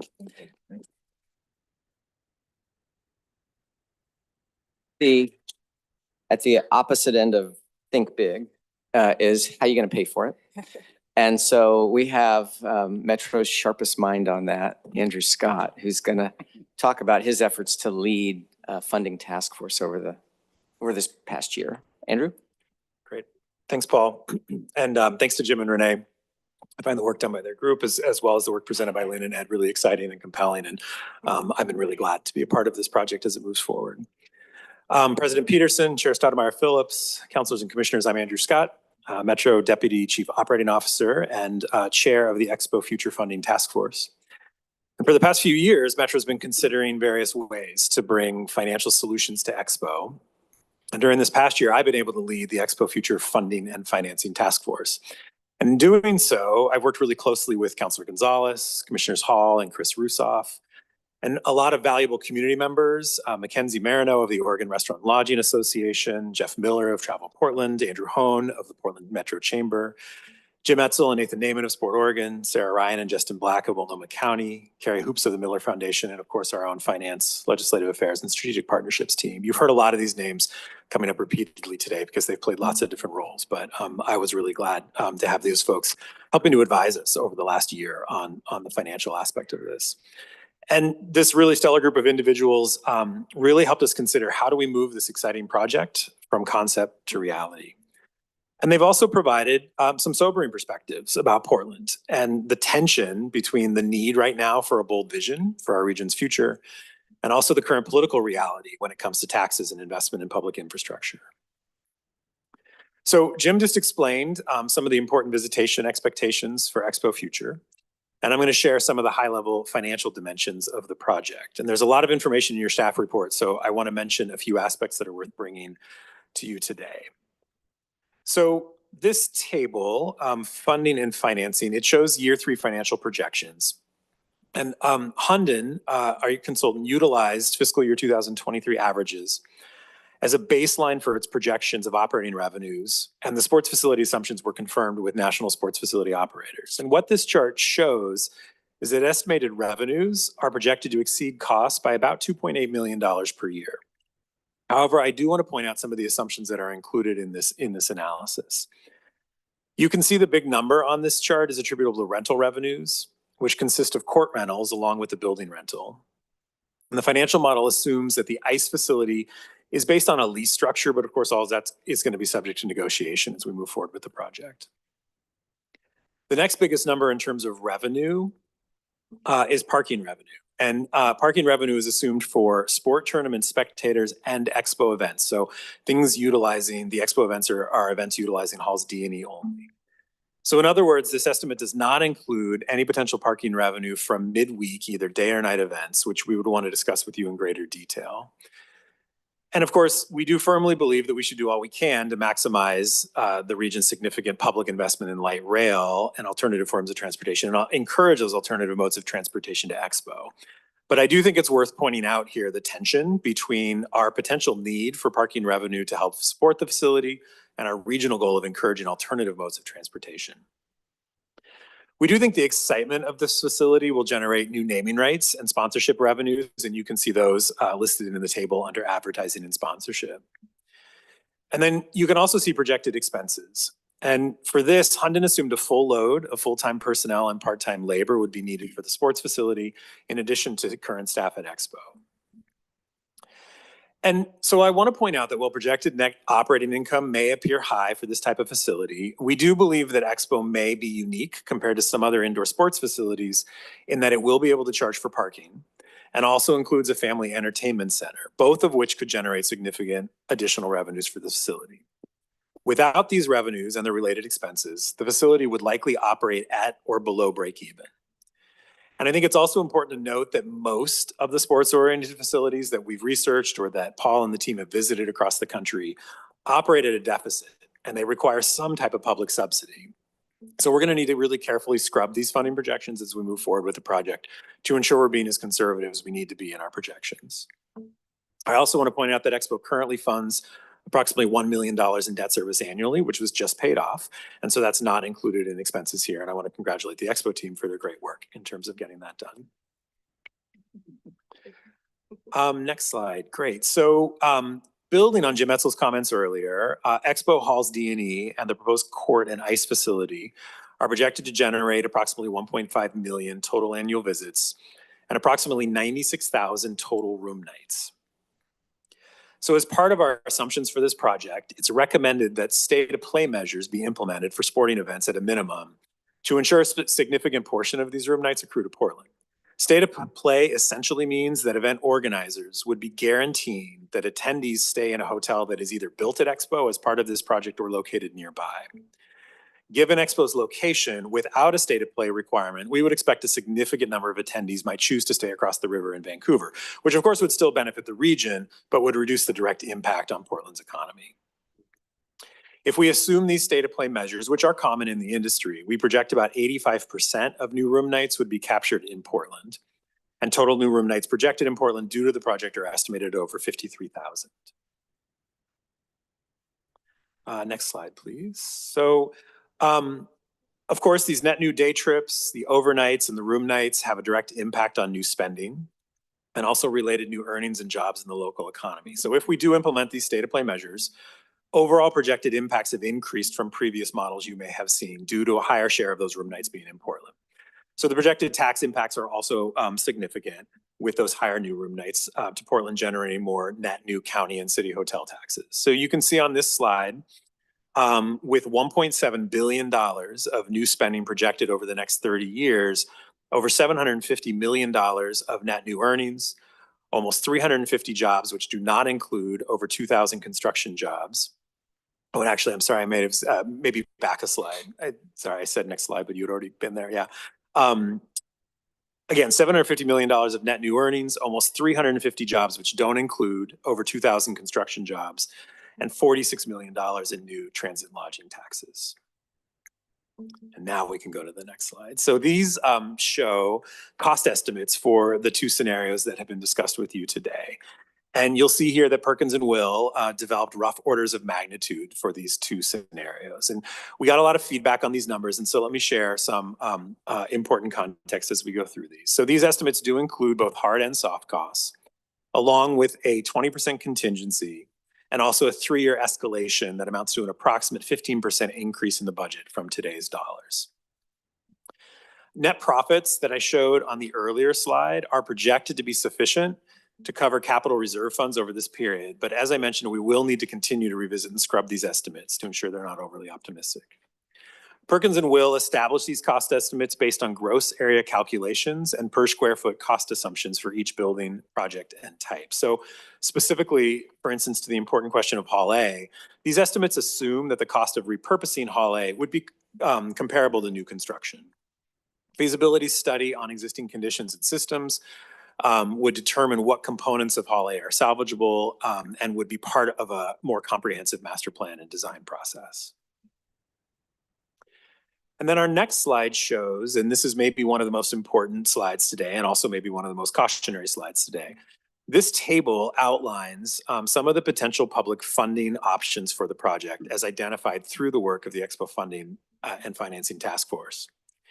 What you'll see here is really a laundry list of potential tax increases or reallocations. And I think it's fair to say that this chart obscures how potentially politically challenging each one of these is, whether it's reallocating part of the VFTA, increasing Metro solid waste excise tax, going out for a geo bond or a new transit lodging tax. Each one of these is a very, very heavy lift. I also want to note that the numbers on this chart are conservative. They're based on a relatively high debt service coverage level and 20-year amortization. Having Metro's full faith and credit backing towards some of these could lower some of our bond interest rates and could potentially improve upon the term and coverage as needed, which could in turn increase some of the net bond proceeds that are available to fund the project. And so I'll just give you one example on the third line there, the solid waste excise tax. Raising that solid waste excise tax, we have it shown here at $54 million. It could potentially raise significantly more than that if we maximized it out. And staff are prepared to dig deeper into these at council's direction as we move forward. I'll also just remind you of attachment F in your staff report. And the potential federal grants that might be considered for some of the important memorialization and representation work. We are ultimately, for this project, going to need to assemble a funding strategy that includes some of the options on this chart, along with philanthropic opportunities, local grants such as the Portland Clean Energy Fund, naming rights, advertising, and potential state or federal contributions. These funding mechanisms are going to require significant conversations with council and MERC and other stakeholders as we go through the process. And as I mentioned, while operating profits for the project may be positive, it's crucial to note that not only does this upfront capital need to be funded in order to build the facility, but also a long-term capital plan, improvement plan to maintain the project as a state-of-the-art facility into the future. And that's one of the reasons why Hunden recommends that all of those net operating profits be used to fund operations and maintenance on the facility over the next 20 or 30 years. I do also want to point out that the Expo Funding and Financing Task Force did not recommend an increase in taxes, including property taxes or transit lodging taxes, as a source of funding for the project, given the overall economic climate that we're operating in, as well as the ongoing recovery of the hospitality market. That task force did recognize, however, that the economic and political environment may change at some point in the future. Ultimately, I think it's fair to say the funding and financing figures presented on these charts today and in your report leave the council and work with some really challenging questions around the degree of public funding and support for a project that also has the potential to have a significant economic impact on the region's economy and our overall reputation. And that, frankly, was the tension that this group challenged and struggled with over the last 6 months. And so I'm happy to take any questions or turn it back to Paul.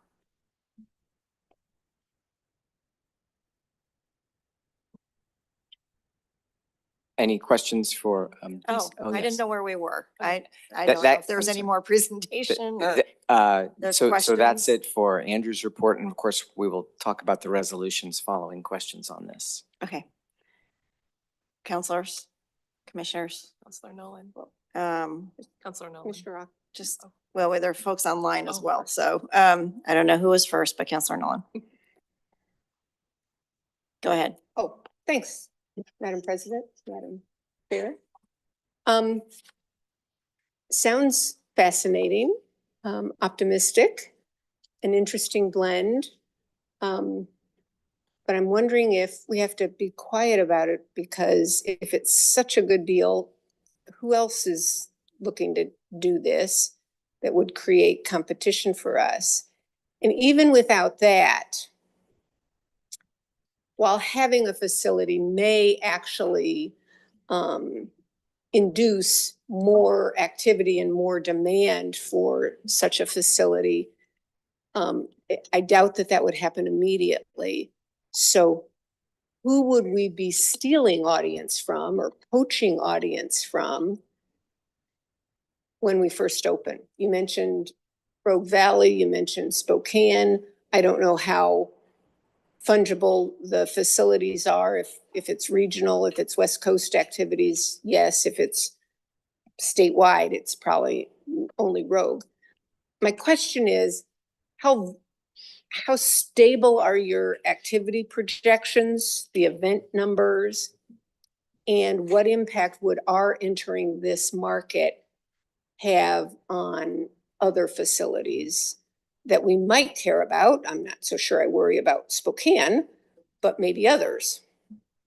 I mean, the ice out in Beaverton, they're renting their ice 18 hours a day. If we open, what does that do to their operation? Go ahead. Thank you for that question, Councilor Nolan. Very important things that we kept in mind as we visited all these facilities. And of course, the folks in Spokane who may be listening today were incredibly forthcoming with their information. They did make one request: don't build a track. And we said, well, that'll be for council and commission to decide. What we learned from them was they actually started producing and creating some of their own events because they had this facility. For example, middle school indoor track tournaments that previously didn't even exist prior to there being an existence of a track in Spokane. Regarding ice in particular, and you've heard a lot about that because it really activates the site Monday through Friday and drives so many of those numbers that you see. The group that operates Valley Ice Facility could not have been more forthcoming, not only with their complete open books, but their support for this. When you're operating 18 and sometimes 20 hours a day, it doesn't give you any time for routine maintenance and more. What we have seen repeatedly is a pent-up demand for ice uses and growing sports out of the traditional, men playing hockey to all kinds of youth ice activities and lots of programs to introduce ice to people that previously had no connection to it. So I think as it relates to ice, we wouldn't be taking anything. Regarding your question about do we need to be quiet about this? Well, we've already blown that because we've been really open about this, not just in our collective work and the amazing coalition, but in reaching out to folks for advice every step of the way. I would imagine that if we're unable to move forward with this for a variety of reasons, others would say, hey, we want to do that. I think, as Jim pointed out, we're partway there because of the existence of Hall's D&E and the amazing condition they're in. If we can make that short-term modest investment, we can pivot pretty soon and then keep an eye on the bigger investment down the road. I think if Jim were sitting here, what he and his staff would say is, we want to massify these facilities. There are basketball and volleyball tournaments right now that might use 20 or 25 schools everywhere from Wilsonville to Battleground. And if you can have those facilities in a single place, you might still use some of those schools, but there's a headquarters, there's a central place where the competition can occur. It's a changing face of name, image, likeness, scouts, recruiters, young people who want to be in a central place and be noticed. It's part of really how sports are conducted today. And that's really the difference between what we're describing and, say, a rec center. We're talking about tournaments where people would travel from all over to be in that sort of massified space, to use Jim's term. It doesn't mean that some of those schools won't be used, but there'll be a central headquarters for them. Thank you. Commissioner Oxley and then Counselor Simpson. Got a long line of hands up, so I'll be quick. I'll give you let's make three assumptions and we can argue whether they're correct or not. But we've got a lot of folks and families in our community with kids in amateur sports that, and we could show a raise of hands, and I'm guessing we have some of them here that are taking their kids elsewhere and spending their money in other communities and other states at a very high level, that would be more than pleased to have these types of facilities in our marketplace and be able to spend that money here. Arguably, number two, there's folks from outside of the state and outside of the region that would be more than pleased to come to Portland and Oregon and the Pacific Northwest for their tournament and for their event and spend their money here just like we're doing it everywhere else. Third, we haven't served our kids and our underserved kids from a facilities, youth, and amateur sports perspective, particularly from a facilities and programs perspective, in a way that great communities should. And so if we think about these things from an investment perspective and who we're serving, and believe it or not, there's a P&L implication to this as we're going through the numbers. Let's have those investments made here. Let's have those costs covered by those folks that are not going to leave and spend their money somewhere else, by folks that can come into our community and spend their dollars so that we can open up these venues and these opportunities for the kids who otherwise can't afford to do this. And that is my driver in this community, in this conversation and in this consideration. As we're thinking about the P&L, and there's a net cost to that community benefit that we should be incorporating from a P&L perspective and thinking about how those, through the use of the facilities, create programs that are underwritten in some capacity, is going to be an important lens for me in terms of how I think about this thing moving forward. And I'll leave my comments there. Thank you. Any response? No. Counselor Simpson. Thank you, President Peterson. Real quick, I won't be long. Just really quick, given the line of conversation we had in our previous question around the federal side of things and the uncertainty, with the historical significance portion going after federal funding, what's the contingency? Is it, if that doesn't shake through, is it, leaning in on a 3P? Is that going in, asking the state for some support? Like, what does that look like if that falls through? Yeah, it's a great question. And, there are some potential federal opportunities, whether they're still there moving forward, remains to be seen. I think there is also the opportunity for state and philanthropic. And I think, we're going to need to just keep an eye on what those look like. I mean, there's such a compelling argument here that it's still, I'm still optimistic, but maybe a little less optimistic about the federal grants than I might have been a couple months ago. But I'm still optimistic that looking at all of those different pots, we should be able to to fund the memorialization piece. Thank you. But it's going to take some heavy lifting, for sure. For sure. I mean, I like to Lynn's point earlier, not President Peterson, but Director Fukuyama. There's a concerted effort to make sure what we're doing here doesn't move forward. And I hope that you keep that optimism. As a person of color, as a Black man, I don't have as much optimism on the federal side of things.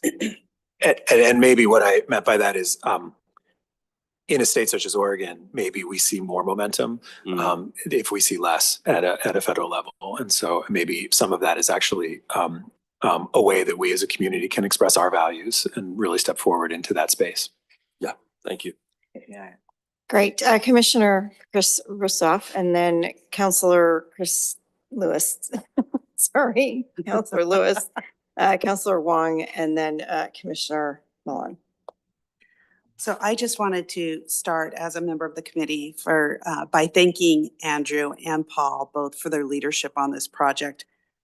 The funding and the financing, this is all beautiful, all wonderful, but this is challenging, right? This is challenging. And so the amount of work that has gone into it by Andrew, the staff, et cetera, is really appreciated. I wanted to start with that. When we talk about the value this will bring to our community, it's expensive, but there's a value here. We're going to be bringing in events and we're going to be keeping other events here home. The money will stay within our community. We really need a spark in this region. We need something that is going to bring development in, that's going to bring in visitors. We need a reason to bring people back to Portland. We had it before COVID. It's a little bit more challenging environment now. This will do that. We need to invest in an underfunded part of our community. We don't spend the dollars in North Portland. This is an opportunity for us as Metro, as MERC, to invest in that community that has remained underinvested for decades.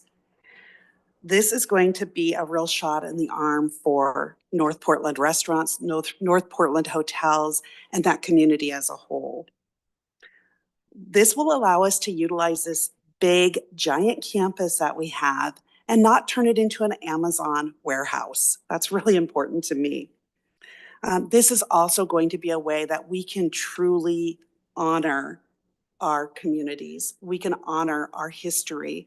We won't hide it. We're not going to brush it under a rug. We are going to bring it front and center, and we will expose other people to that who maybe won't have the opportunity given what's happening in our political environment. Again, it's going to be expensive.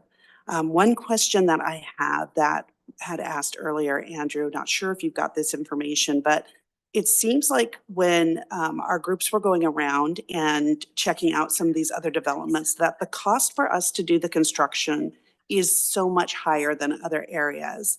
Were you able to find out why the proposed costs are so much higher here than in other areas? I don't have an answer for you yet on that. I will say it was a great question that came up, and one that we have begun to answer and or at least we've begun to explore. And, I will also say this is a consistent problem that other governments are also looking at the exact same thing. And some of it is explainable, a building in an urban environment. Some of it is reflective of our values. For instance, Metro put in place a sustainable buildings and sites policy council, passed, and we knew that would increase costs, but again, increasing costs for a very good environmental reason. But other costs are harder to explain, and I think it's really worth asking those questions. And I think as we move forward with this project, that is something that we will need to absolutely do is push very, very hard on each one of these. Because you're right, Spokane was $60 million to build a beautiful, difficility. Not nearly as comprehensive as what we're talking about here, but still at a I think the Medford scale. one was also quite a bit less expensive as well. That's right, Paul. I don't know if you have anything to add. No, that's very great. Thank you. Okay, next is Councilor Lewis. Thank you so much, Chair, and thank you, President. Have really appreciated getting to hear the presentation and discussion today. Like Councilor Gonzalez, I am calling in from a conference, and we are spending all day, yesterday, today, tomorrow, talking about transit. So just wanted to really lift up the tension point that you raised between the drive to balance the books on parking revenue and also the commitment we've already made in public transit as a region to access this site, and will continue to make with the I-5 bridge investments that include further light rail. So that's something I just really wanted to tease out, that it's not just a commitment we have made, but we are continuing to make. So as we look at how we live our values, there will be those tension points. And it's not only on a revenue side. To the extent that we get to model what tournaments we partner with, I hope we're living our values and partnering with tournaments and sports that are inclusive. And I also hope that as we're looking at our contracting rules, we are continuing to invest with our values. So this is a starting point. It shows that it's worth continuing down the field. But I want to use this model to further sharpen our pencil and live our values through how we spend our money and how we pick our partners, because this demonstrates there is a reason for partnership, but we can't look at this as a finished product. This is our jumping off point, but highly supportive of everything today. Thank you. Thank you, Councilor Lewis. Councilor Wei. Thank you, Chair. Yeah, I just want to continue actually that line of thought a bit in terms of basically like how participants will get to the expo center in the new model. If we have made investments in transit, and I think for me personally, like I want to highly scrutinize when public governments build parking facilities. I understand that you might need additional parking, on the site. But generally speaking, I don't really want government entities in the business of building parking structures. So I was just wondering, so since we've done all this economic impact analysis on hotel rooms, might there also be some economic impact analysis on the impacts to the Max line in terms of ridership boost, if we might see any? I think that may be part of the equation in terms of economic impact, to have additional riding, kind of an underutilized Max line. And also just, being really thoughtful about how we balance kind of our climate goals along with, the sustainability of the facility. So just, questions around that. I played hockey growing up, and I can't imagine lugging my 50-pound bag on the Max, but maybe if I were in basketball, I would. I don't know, but just like what would be the transportation kind of mix between kind of the different potential uses? That'd be interesting to know as well. Thanks for that question, Councilor Huang. There's a lot in there. We do hear a good bit about our traditional expo shows, and people want to drive there because they might be purchasing something. And whatever the something is that they're purchasing may or may not be amenable to taking back on the Max. We're hopeful that if the interstate bridge development occurs and the light rail extends into Clark County significantly, we'll see a lot of ridership, a lot more ridership. Will it be people lugging hockey gear? I don't know, but if they're coming for an event or any sort of thing that doesn't require lots of space, we could incentivize use of the light rail. And that's the kind of thing that Matthew Rochford and his team know full well. They've operated for years figuring this out. The other piece of the complication is we have a transportation management plan that's approved with the city because we're a major events facility. So as we move forward, if we start to remove some of the available parking spaces, our Office of Metro Attorney will work with us, with Matthew and his team, and with the city to figure out how do we still comply with that transportation management plan. We know that there are some proposed changes to the interstate bridge that affect us. There's a lot we don't know as well. So all these things are going to require more study when more information is available to us. And so what you're sharing with us is, can we incentivize more people to take carpools, alternative forms of transportation, bicycles? I think that works for some of our guests. It may not work for other guests. What we're trying to really create is a tourism destination and that people come here. Ideally, they'll land at PDX and they'll get on a MAX train there and take that same train to the Yellow Line to the Expo, and maybe in the future even be able to stay at Expo and eat and enjoy their time there with no cars needed. But we have to get there, and it'll take some work. And just a minor point too is, you know, I know a lot of tournaments, like when I went to tournaments, we all took the team bus, and like how would the plan facilitate parking for like dozens and dozens of buses? And is that being thought through? Well, that would certainly be figured out along with electric vehicle parking areas and charging stations and bike staples for people to park their bikes. We actually have asked our consultant Hunden and their sub-consultant Perkins and Will for plans along these lines. They're working on it. They got a lot of feedback from our Expo team, and they're working on that. Those diagrams are due really, and they might be in my email right now for all I know, but it's a site circulation. How you move about the campus matters, and doing it safely, whether it's on a bus or walking. So that's being worked on. Okay. Thank you. Commissioner Milan. Thank you. So we are, of course, talking about a big financial investment and concerned about how that's going to get paid for. There's been floated the comment of adding potentially a full-time manager for the facilities. It's my hope that while we're, kind of dipping our toe in the water and trying this sort of transitional period, that we look to maintain the current facilities staff, look to maybe promote within. If there's an issue about needing training to run a sports facility, maybe that investment can be made in existing staff before we consider needing to hire another additional person. Just my thought on conservancy on the budget. Thank you. Thank you, Commissioner Milan and Councilor Rosenthal. Thank you, Chair Stoudemire Phillips. First, I want to say thank you to Paul for his both technical expertise as well as his broad perspective and all the work he's put on this and moving it forward over the last couple of years. We're going to miss you and your services on this. I think that's that everybody knows that. So I just wanted to thank you very much for that. My comments are a little bit more general. First of all, this is an aspirational effort on our part. And I don't hear anybody saying we shouldn't move forward. There's a lot of uncertainties and there's a lot of things. And I have to admit, I appreciate all the data that Andrew provided. I'm always quite, shall we say, pleased, or I should say, just bemused when somebody provides economic projections to 4 significant digits. This is, the optimism there is great. I know that the numbers will be different as we move forward. They will change in ways that we can't predict right now, as you know, the old phrase of it's the unknown that we don't know.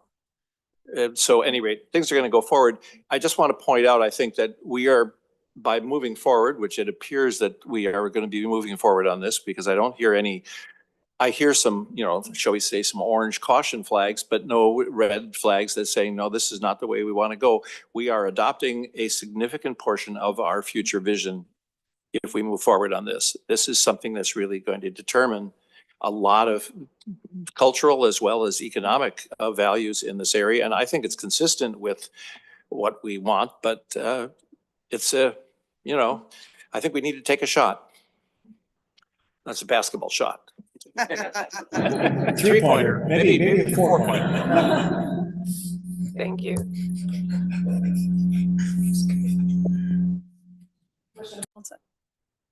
Thank you. As you know, I'm in full support of the program, and thank you for providing some of the financial piece for funding. The one concern I do have, I see from a capital investment and what that opportunity looks like.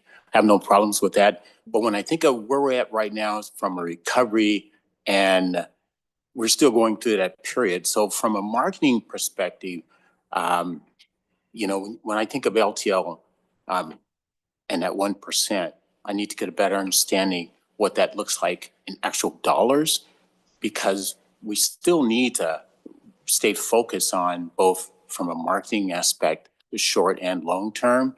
And I'm sure that's a big part of the investment that from governor on down, we've all made.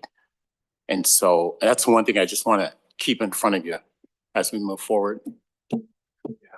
thanks for those comments. I think that's what this task force struggled with through the whole time. So you're really helping to articulate that. And it'll continue to be a tension moving forward. And I think there's also some really exciting opportunities here. So figuring out how we navigate that is going to be really the challenge over the next 6 to 12 months, assuming the council and Merck direct us to move forward on that. Any other questions? We're open on the discussion now. We kind of jumped right into that part. So if there's any other discussion, questions, comments, concerns. Ready to move to the next? Thank you, Andrew. And that's some of the hardest work of the last 15 months.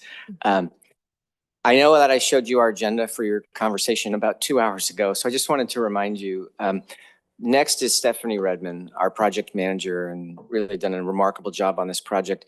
You have circulated in your packet 2 draft resolutions that President Peterson requested that we develop and share with you. The idea for this next section is that Stephanie's going to review them with you. Of course, you won't be taking a vote on them today. You'll be voting on them in your meetings in January, hopefully.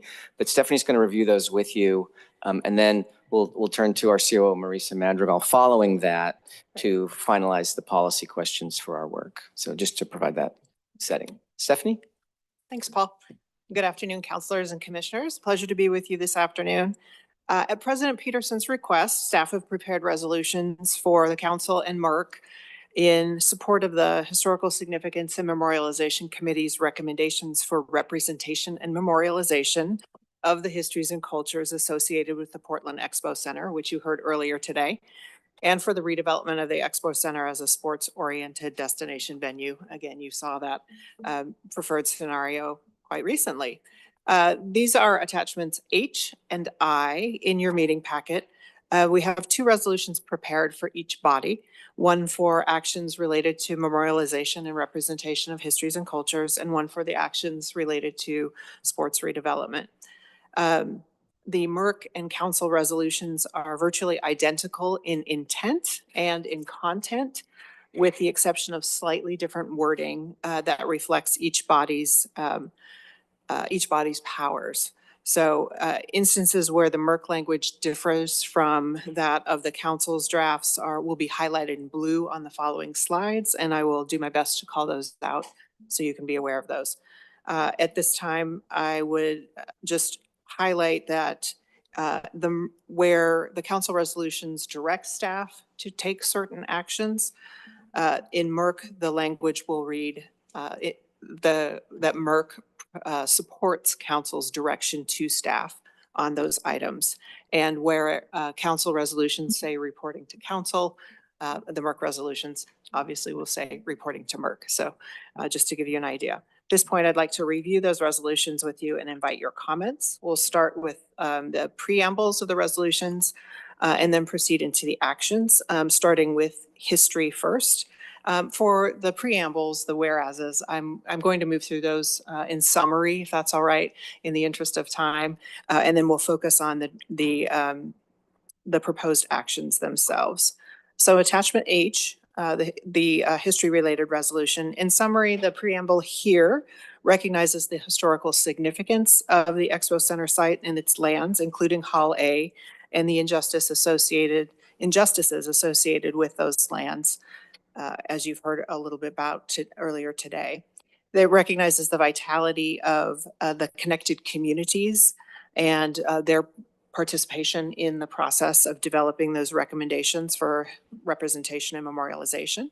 Recognizes the community engagement work that's happened over the last, roughly the last year. It recognizes that tribal consultation needs to continue to be done, and it recognizes the exploration of potential funding sources for representation and memorialization. We have 7 proposed actions related to historical significance, and these recommended actions are intended to move this process forward in hopefully a measured and effective way, but to begin to start to move us toward implementation of the recommendations that Councilor Washington and Lynn Fuchigami Parks presented to you earlier. I'll present these in groups of 2 and 3. On the historical significance side, first action is to recognize the Portland Assembly Center, which includes Hall A, as a site of national historic significance. And you've heard a great deal today about the importance of that site. Second proposed action is to accept the Expo Future Historical Significance and Memorialization Committee Recommendations Report, which is in your meeting packet presented today, and directing staff to work with members of the impacted communities to assess the feasibility of those recommendations and to develop a strategy to pursue implementation of the recommendations that are deemed feasible and to report progress regularly back to both bodies. Third action in the historical significance proposed resolution is to direct staff to commence a cultural resources assessment of the Expo property within 90 days of adoption of this resolution for the purpose of identifying existing and potential historic, cultural, archaeological, and architectural resources at the site. This is good stewardship practice for Metro and is something that the tribes have requested that we do. I'll pause there and see if you have any comments on those first 3 actions. Just a quick question. Will the reporting regularly on the historical significance also be to the MERC? Yes. Correct. Both bodies will receive those Okay, reports. because it just says Metro Council. It does. And the MERC resolution says to MERC. Okay. Any other comments? All right, moving forward. Proposed actions 4 and 5 are closely connected. You've heard a little bit about this already, and those are the direction to staff to develop cost estimates and request funding in next year's budget for additional study and analysis of Portland Assembly Center Hall A. As you heard, that's a fairly significant building, and we need more information about the status of that structure. So we're outlining here an engineering study to assess Hall A's structural integrity, its capacity to stand independently, and its feasibility to serve uses other than an exhibit hall, where feasible, getting cost estimates for that. Our hope is that with this additional information, we'll better understand the potential for that facility to serve new uses and what should be happening with it. And then within 180 days of availability of funding, staff would commence with that study. Action 5, recommended action 5 is closely related to that, and that's directing staff to commence community conversations within 90 days of completion of the engineering study for Hall A for the purpose of developing recommendations about potential uses for Hall A or portions thereof, including as a multi-use community or interpretive center, as was recommended today by the Historical Significance and Memorialization Committee. Just a little illumination on that. When we were conducting community engagement, the topic of Hall A naturally came up. You've heard a bit about its significance today. There was a wide range of ideas and opinions about what to do with Hall A. Some folks were in complete favor of deconstruction. Others said, oh, let's turn it into a longhouse. Others still said, let's retain it at all costs. The purpose of engagement was not to address that question, but it came up often enough and was significant enough that the further discussion is needed. So our hope is arming ourselves with additional information about the status of the structure, understanding what a renovation and reuse strategy would look like, what deconstruction costs might require, and then working in partnership with the impacted communities to have a conversation about what does make sense and what is the ideal solution going forward. So those are items 4 and 5. Any comments on those? All right. Last on the historical significance and memorialization recommended actions. 6 and 7 are closely related, so let's look at those together. Number 6 is directing staff to develop cost estimates and to request funding in next fiscal year budget for the development of an interpretive plan for the representation and memorialization of the histories and cultures associated with the Expo Center site, as identified in the recommendations you heard about today. Some of the questions have come forward already, particularly from Councilor Simpson. how do we see these activities? How do we see the memorialization and representation carried forward? So the interpretive plan will help us identify that. What kinds of activities or items and features should be at the site to help us interpret, whether that's online information, displays, educational materials, art, sculpture, murals, those kinds of things. So the plan will help us identify that and get a better sense of where those things will be located, the what, the why, and the how, or the what, the how, and the where, really, of the memorialization. Item 7 is closely related to that, and that is directing staff to propose proposed governance structure and approach to community engagement for development of that interpretive plan. And I do have one correction here. In item 7, it refers to item 5, or action 5. It should actually be action 6. So I would propose that change if you don't mind. And this approach to the interpretive plan at minimum must include and invite representatives of the urban indigenous, the Japanese American, Vanport communities, and tribes to participate in the development of that plan. Any comments on 6 and 7? Just really quickly, so will this work then establish, on a broader scope, like the campus design guide, basically? Potentially it could develop campus design guidelines with respect to things like incorporating design standards or styles from the impacted communities. That was one of the things that you'll see in the more detailed portions of the report. I think there are some other architectural considerations for other structures, but this could help frame what those look like and the tone and the vision that they have. Yeah. Other comments? All right. If we may move to the sports, draft sports resolution. In summary there, the preamble recognizes the economic potential of sports tourism, which Mr. Etzel shared with you earlier. It recognizes the work done in phase 2 of the project to assess the feasibility of sports and Metro's partners that have participated in that work. It recognizes the potential economic and community benefit of shifting the expo to more of a sports-oriented facility. And there are 5 proposed actions in, let me pause there. Any comments on the preamble itself before we move to actions? Thumbs up, like that. Very succinct. We have 5 proposed actions on the sports-oriented resolution. The first is to accept the preferred sports development scenario that was presented today by the Sport and Facility Committee, and directing staff to continue to analyze and refine the scenario and provide regular updates to MERC and to council as the project progresses.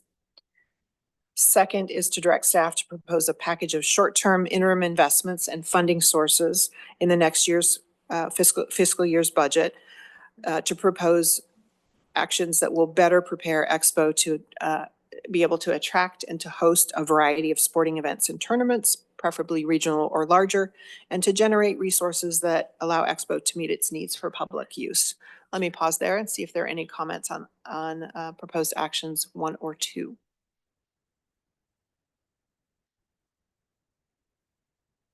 All right, hearing none.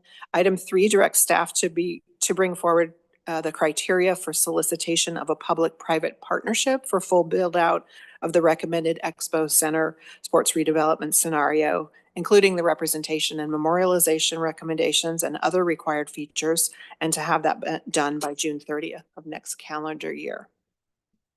Any comments there? Councilor Wong. I do have a question on so we're not at the phase of approving any sort of site plan, is that correct?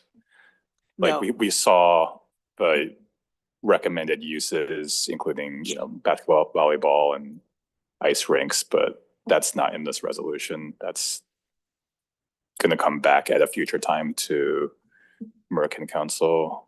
Yes, so the initial action is to accept the preferred scenario, to acknowledge that, and to direct staff to further study, which could bring back that detailed plan, master plan, or individual building site plans. Understood. Thank you. Is that helpful? Any other comments on number 3? Paul, did you want to add anything to that? Okay. Just one quick question. Yes. There's a lot of things in there, this resolution, the other one about 60 days and 90 days and 180 days. I'm assuming you've plighted them out to make sure there aren't conflicts and something is decided before the other thing. Yes. Information. Okay, I just want to Yes. make sure because I haven't been able to do that in my head right here. It'll be a busy 6 months, but there's Yeah, not any exactly. clash in that.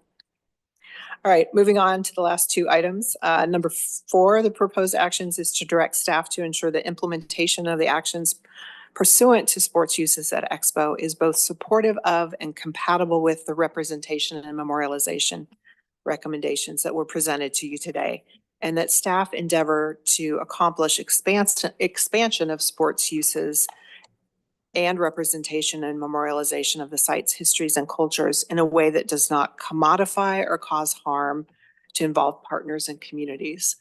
This was a statement we received significant feedback during our community engagement. Folks want to make sure that memorialization and recognition and representation of histories and cultures is not commodified, is not tokenized in this process. And so it's very important to have that statement and to recognize that that will not be happening. Any comments there?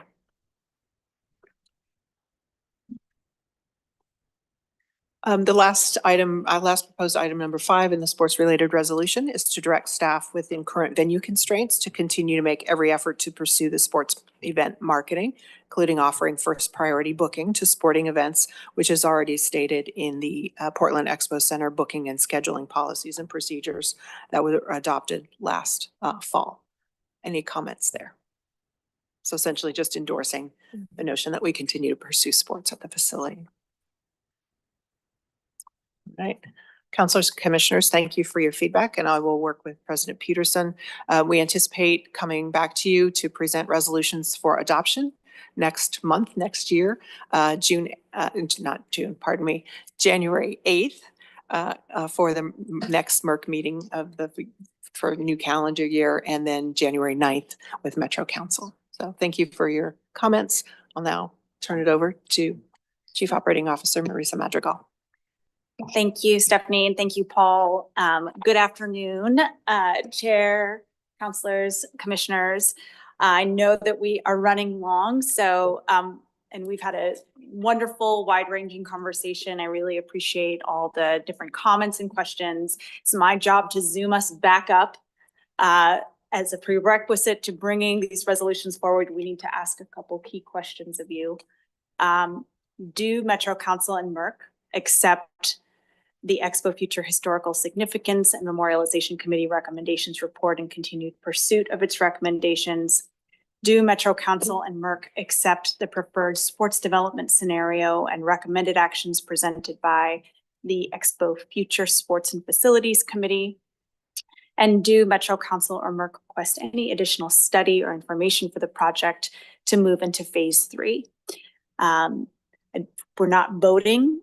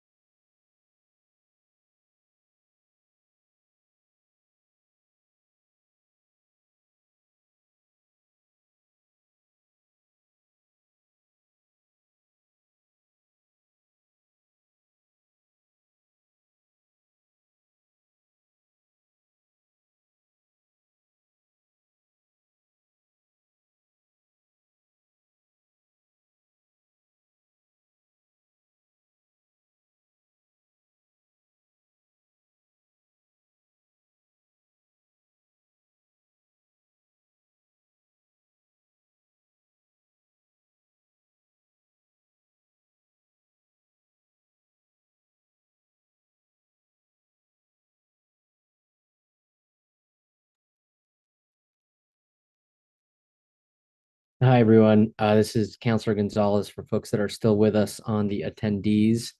I think the Zoom has crashed, so we've lost folks that are in the room, but just wanted to make sure I share that, and we're working to see if we can get the call back. Thanks.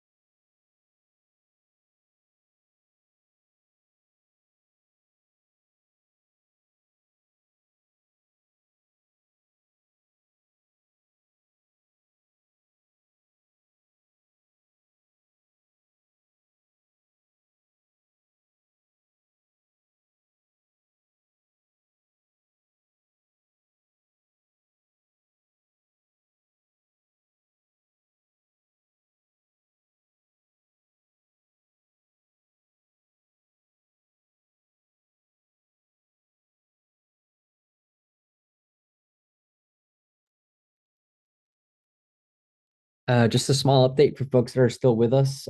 We've lost internet at Metro Regional Center, hence the dropping. So hang in with us. Thanks.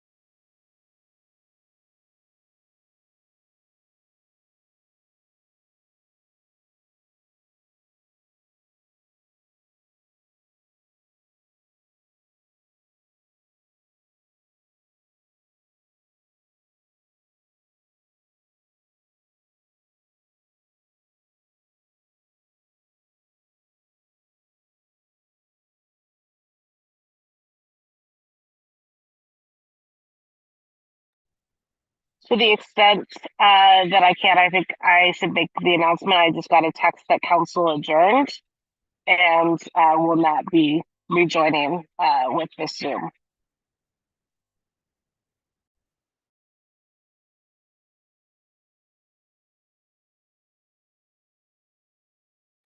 Thanks. Yep. Got the same text. All right. Looks like we're adjourning, folks. Thank you so much for joining.